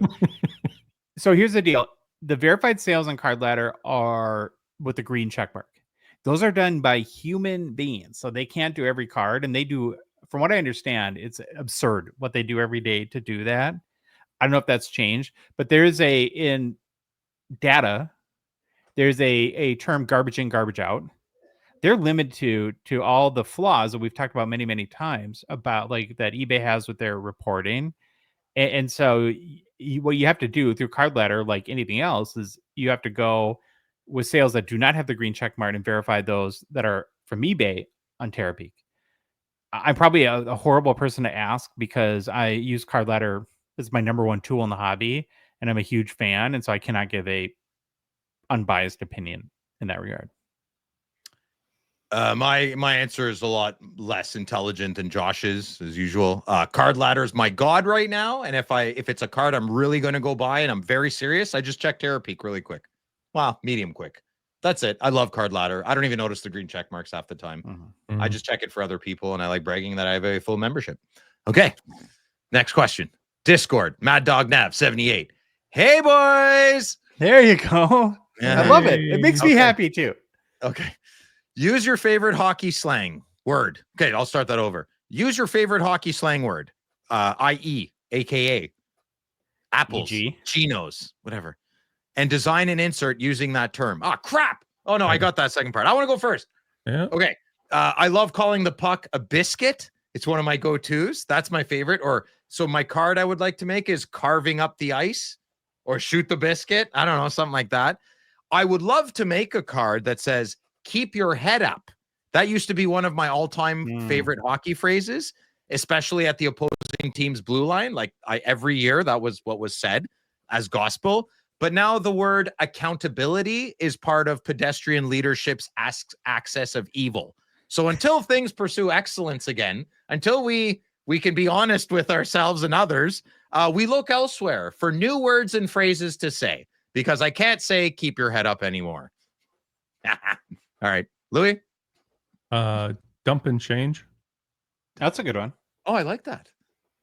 That's good. Yeah. I'll get you a logo here in a minute. Oh, cool. Okay. Sweet. I drew a blank. Well, my favorite hockey slang word is Gongshow, but there's already Gongshow grinders, and I have the O-V. So I was feeling I was mad at myself. I couldn't think of anything, so I just threw in the towel. There you go. There's your card. Threw in the towel. Bench warmers. Yeah, there you go. The players that never made it more than the game. Throw in the towel. You answered the question. It's great. I think biscuit's the best though for a puck. Okay, next question. Discord. Miles 24 $. Maybe it's a crypto company. Where do you expect the Gavin McKenna year hype to fall in comparison to others since 2020? Well, I went 2019 and I said, I don't know, kind of like a hype of anybody else, Makar, Hughes. I don't know if he'll be as good as them or anything, but the hype, If he plays well, smoke show. Louis, what do you think? Oh, he'll have that normal, mid to normal hockey hype, but nothing like going crazy like we did with Bedard. And to be honest with you, I think because of that, because of the way the Bedard hype and everything went, I think that might be done. I don't know. Maybe. I don't know. FOMO's a human thing though, right? Yeah, but geez, I'd say we, like it was us, but the hockey hobby, a lot of, they just blew that up so huge. And well, I contributed a little bit. Okay. Well, if you went back and looked at like when Bedard was Gavin McKenna's age in Regina at the Pats, like the amount of $1,000 sales already was absurd. Good point. Mm-hmm. Good point. McKenna could be better than Bedard. We don't know, but Maybe. It's just the hype, right? Yeah, but the hype will be different. It'll be good though. I off topic or on topic, whatever. Michael Misa, I am so excited to see play. I think I'm pretty surprised. I understand why they picked Schaefer because they need that kind of player now. But Misa, I think, will be the best player in the draft. Just my guess. Love that kid. I think he's so good. Okay, next question. Okay, Mama, 2021. Two-part question. Is it just me, or does the 2025-2026 Series 1 design absolutely horrible? Your thoughts, please. Okay. I don't know what it looks like. Well, we have pictures. Let's go. Super dupes, bud. So there's the base and Young Guns. Thoughts? I like it. I don't mind. So far, so good. Yeah, I don't mind. I got to see him in hand or whatever, but here's where it gets a little wild. Look at the Young Guns canvas. I think that's a Colorado card. Love it. Oh, wow. Why is the canvas card so colorful? I don't know. Interesting. I don't like the canvas card. No. Yeah, Louis loves it. I'm undecided. Watercolory to me. It's not arts and crafts time here. Well, I want professionals to make my cards. Remember, it won't be that like bright and glitzy. Yeah. You're right. With the card stock it's on. So what's wrong with Austin's face? Oh, I like the part. I like that. It's like a tear off. Oh, I get it. I wouldn't do that with that forehead. It's a big tear off. Okay, now go to part 2, Phil. Okay. Oh, Louis, did you like the regular and Young Gun design too? The base and Young Guns? Oh, here? Yeah. Yep. Okay. What is your favorite Dazzlers design? 24-25 black, hands down for Phil. Mine was the same as Phil. That's my favorite so far. Super. Josh, what do you think? What are you waiting to see in hand, Josh? Oh, I thought he was asking about do we like the upcoming Dazzlers design? Oh. I don't have an opinion. I actually like 2020 because of Kaprizov. I'm an old school guy. Well, here's the new Dazzlers, Phil. Okay. I might. That was a It's tepid very, response. it's very different. Yeah. Oh, the population counts are back with what's his fake Luke's designs. Interesting. Oh yeah. Interesting. Yeah, that is Good for interesting. him. Good for him. Okay. Hmm. Okay. Well, there you go. There Nice, you go. nice graphics there too, Louis. They were good. All right, next question. Instagram. YD Collectibles. Non-rookie the Cup Shield Auto. Would you drop big bucks for them? Eh. Yes, I would. I would drop $1,000 and no more if it's the player I'm collecting. I don't feel I feel that's already overpaying a little bit for certain players. Just because it's a 1-1 and from the cup doesn't mean it's worth $1,000. But that seems to be where they are. So What about the 29,000 on the McDavid ultimate? Oh, that was ultimate, but For my yeah, players, I don't think those prices are sustainable moving forward. can I make an argument for them though? oh Sure. yeah, Is that the shield's actually game used? Okay. Cool. It's not a rookie, but I almost prefer that over the I rookie. think that just opens up to a few more buyers. It doesn't make a huge difference. Okay. I think not a lot of people have that as a metric to make them buy the card or not. I think you're firm on that. I don't think a lot of other people are. As long as it's not manufactured, that's the big separation. But if it was player worn or blah blah from a jersey, Louis, what do you think? I'm in. Any of my three guys, I wouldn't have to really drop big money for them. So Louis collected smart right off the bat. All right, next question, Kaz. I'm going to kill you. Okay. Take a deep breath. You can do this. why is it named? I'm withering. differently? My meatballs, I can smell them. Okay. Sorry. Oh, What's the matter? Who is it from? Kaz or Strider? yeah, it's from It says Kaz. Kaz Schiller on Yeah. Chillier. My Okay. bad. My bad. Okay. Kaz, it is. Okay, Kaz. Strider, I'm sorry.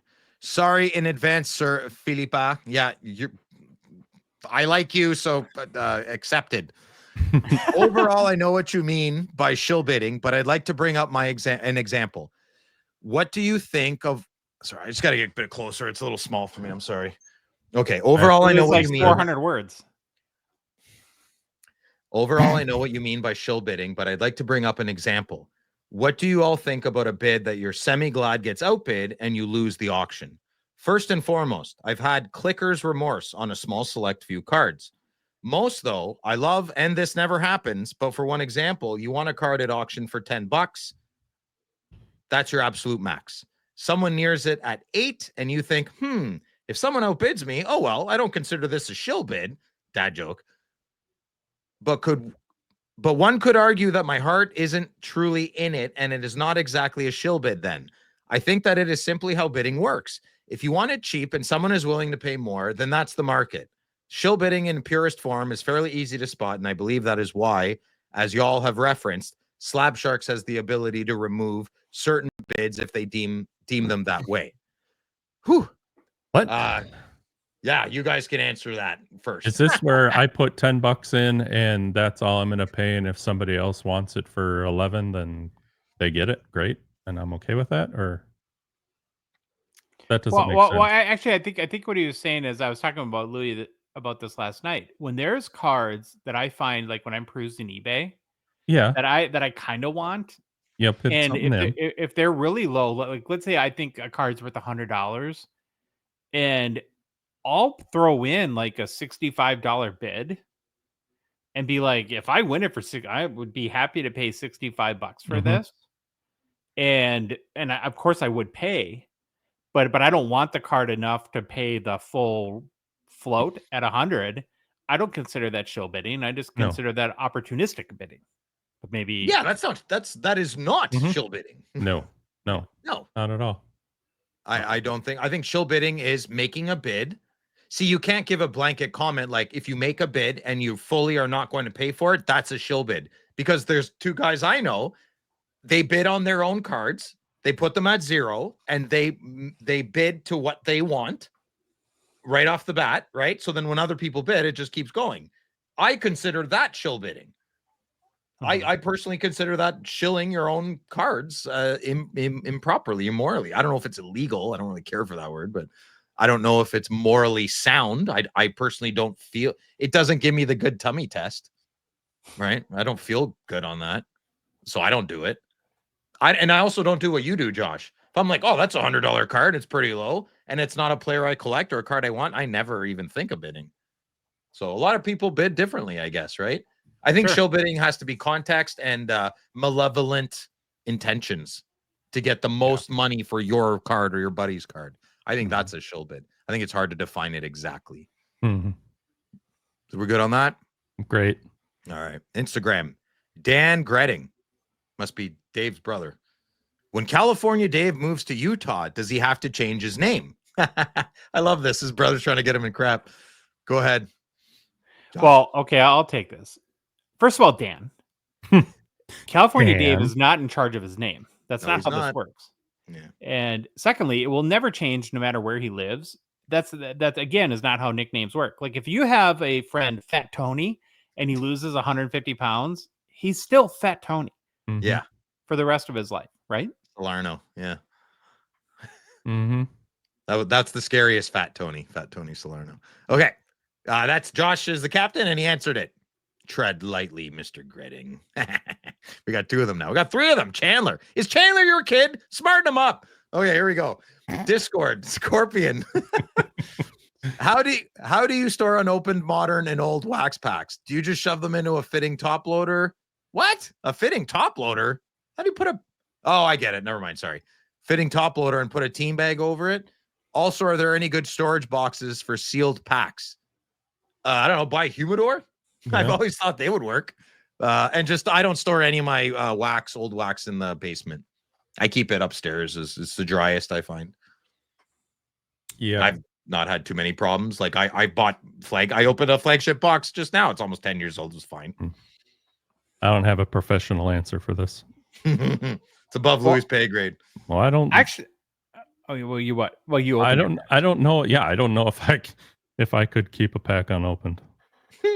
I actually have one that I've had for a long time. It was a gift. Somebody gave me a 1986 O-Pee-Chee pack that, of course, could have a Patrick in it. And I don't have a good storage solution. But in seeing this question, it made me think, because we saw some really cool like wax box cases at the Pather booth. I wonder if Pather has something for this. So that might be a Scorpion, a resource to go look on the Pather website. They have like 1 million. And if they don't, we'll talk to them about it. Just like our 155 point ultimate holder. Josh, you're that like that's not going to get bricked. It's cardboard. There's no wax on that. Yeah, on your 86 pack. I just haven't opened it. No, kind of surprised. Why not? That's weird. Open it. This is a gift. Gifts are meant to be open. Ding dong. Yeah, fair.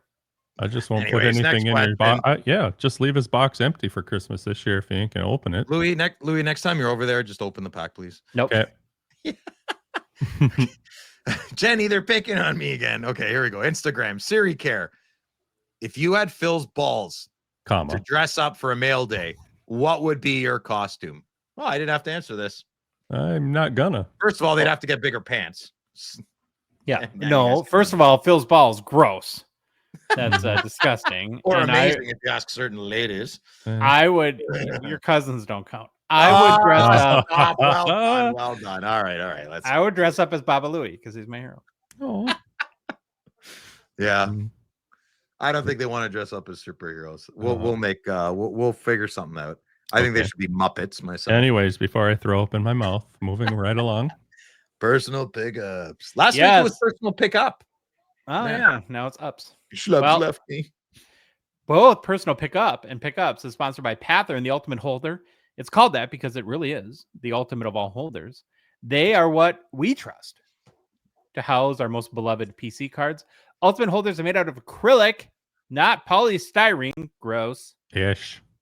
Acrylic is stronger, scratch resistant, clearer, and has UV protection to keep those autos safer from fading. So check out shoppather.com or shoppather.ca to pick up some and try them out today. Philip. Hello. Share your pickups.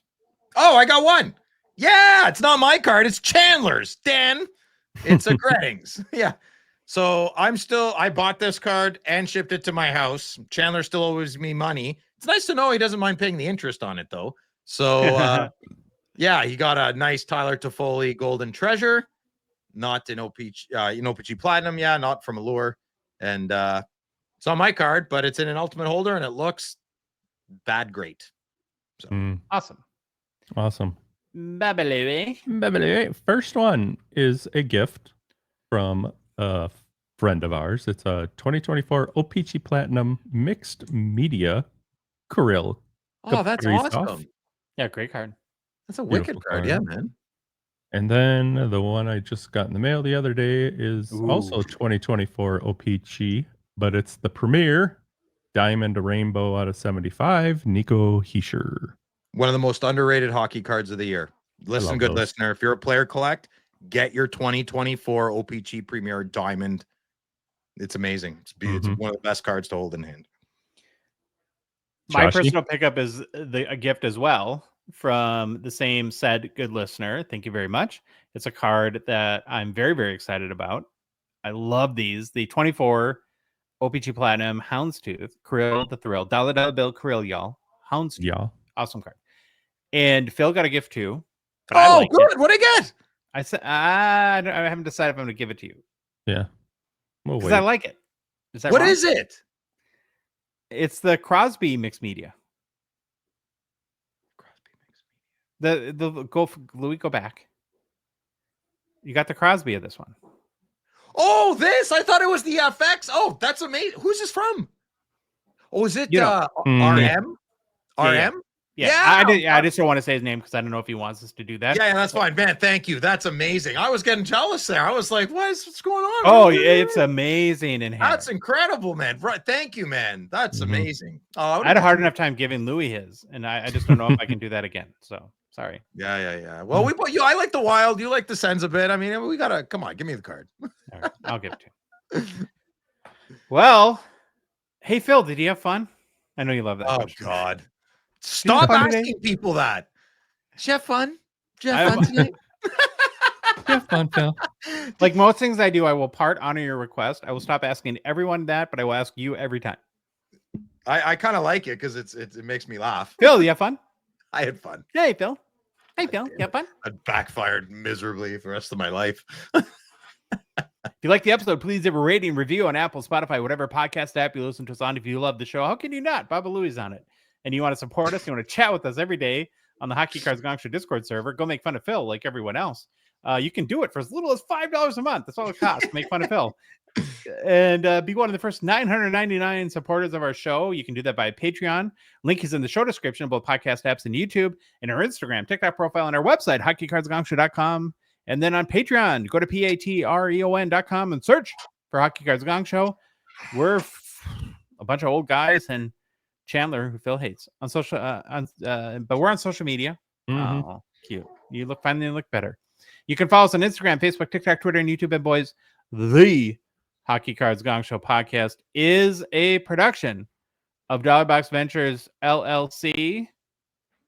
BabaLewi, take us out. Bye. Yo, it's the Gong Show. We're dropping the facts. Hockey cards on fire. No holding us back. Josh looking sharp, the face of the scene. Feeling pork chop pants, rocking it clean. BabaLewi in the booth, he's the man with the plan. The best producer in all the land. Gong Show Nation, let's hit the flow. It's the Hockey Cards Gong Show. Let's go, let's go. Wanna say the minute show. Wayne Gretzky on steroids?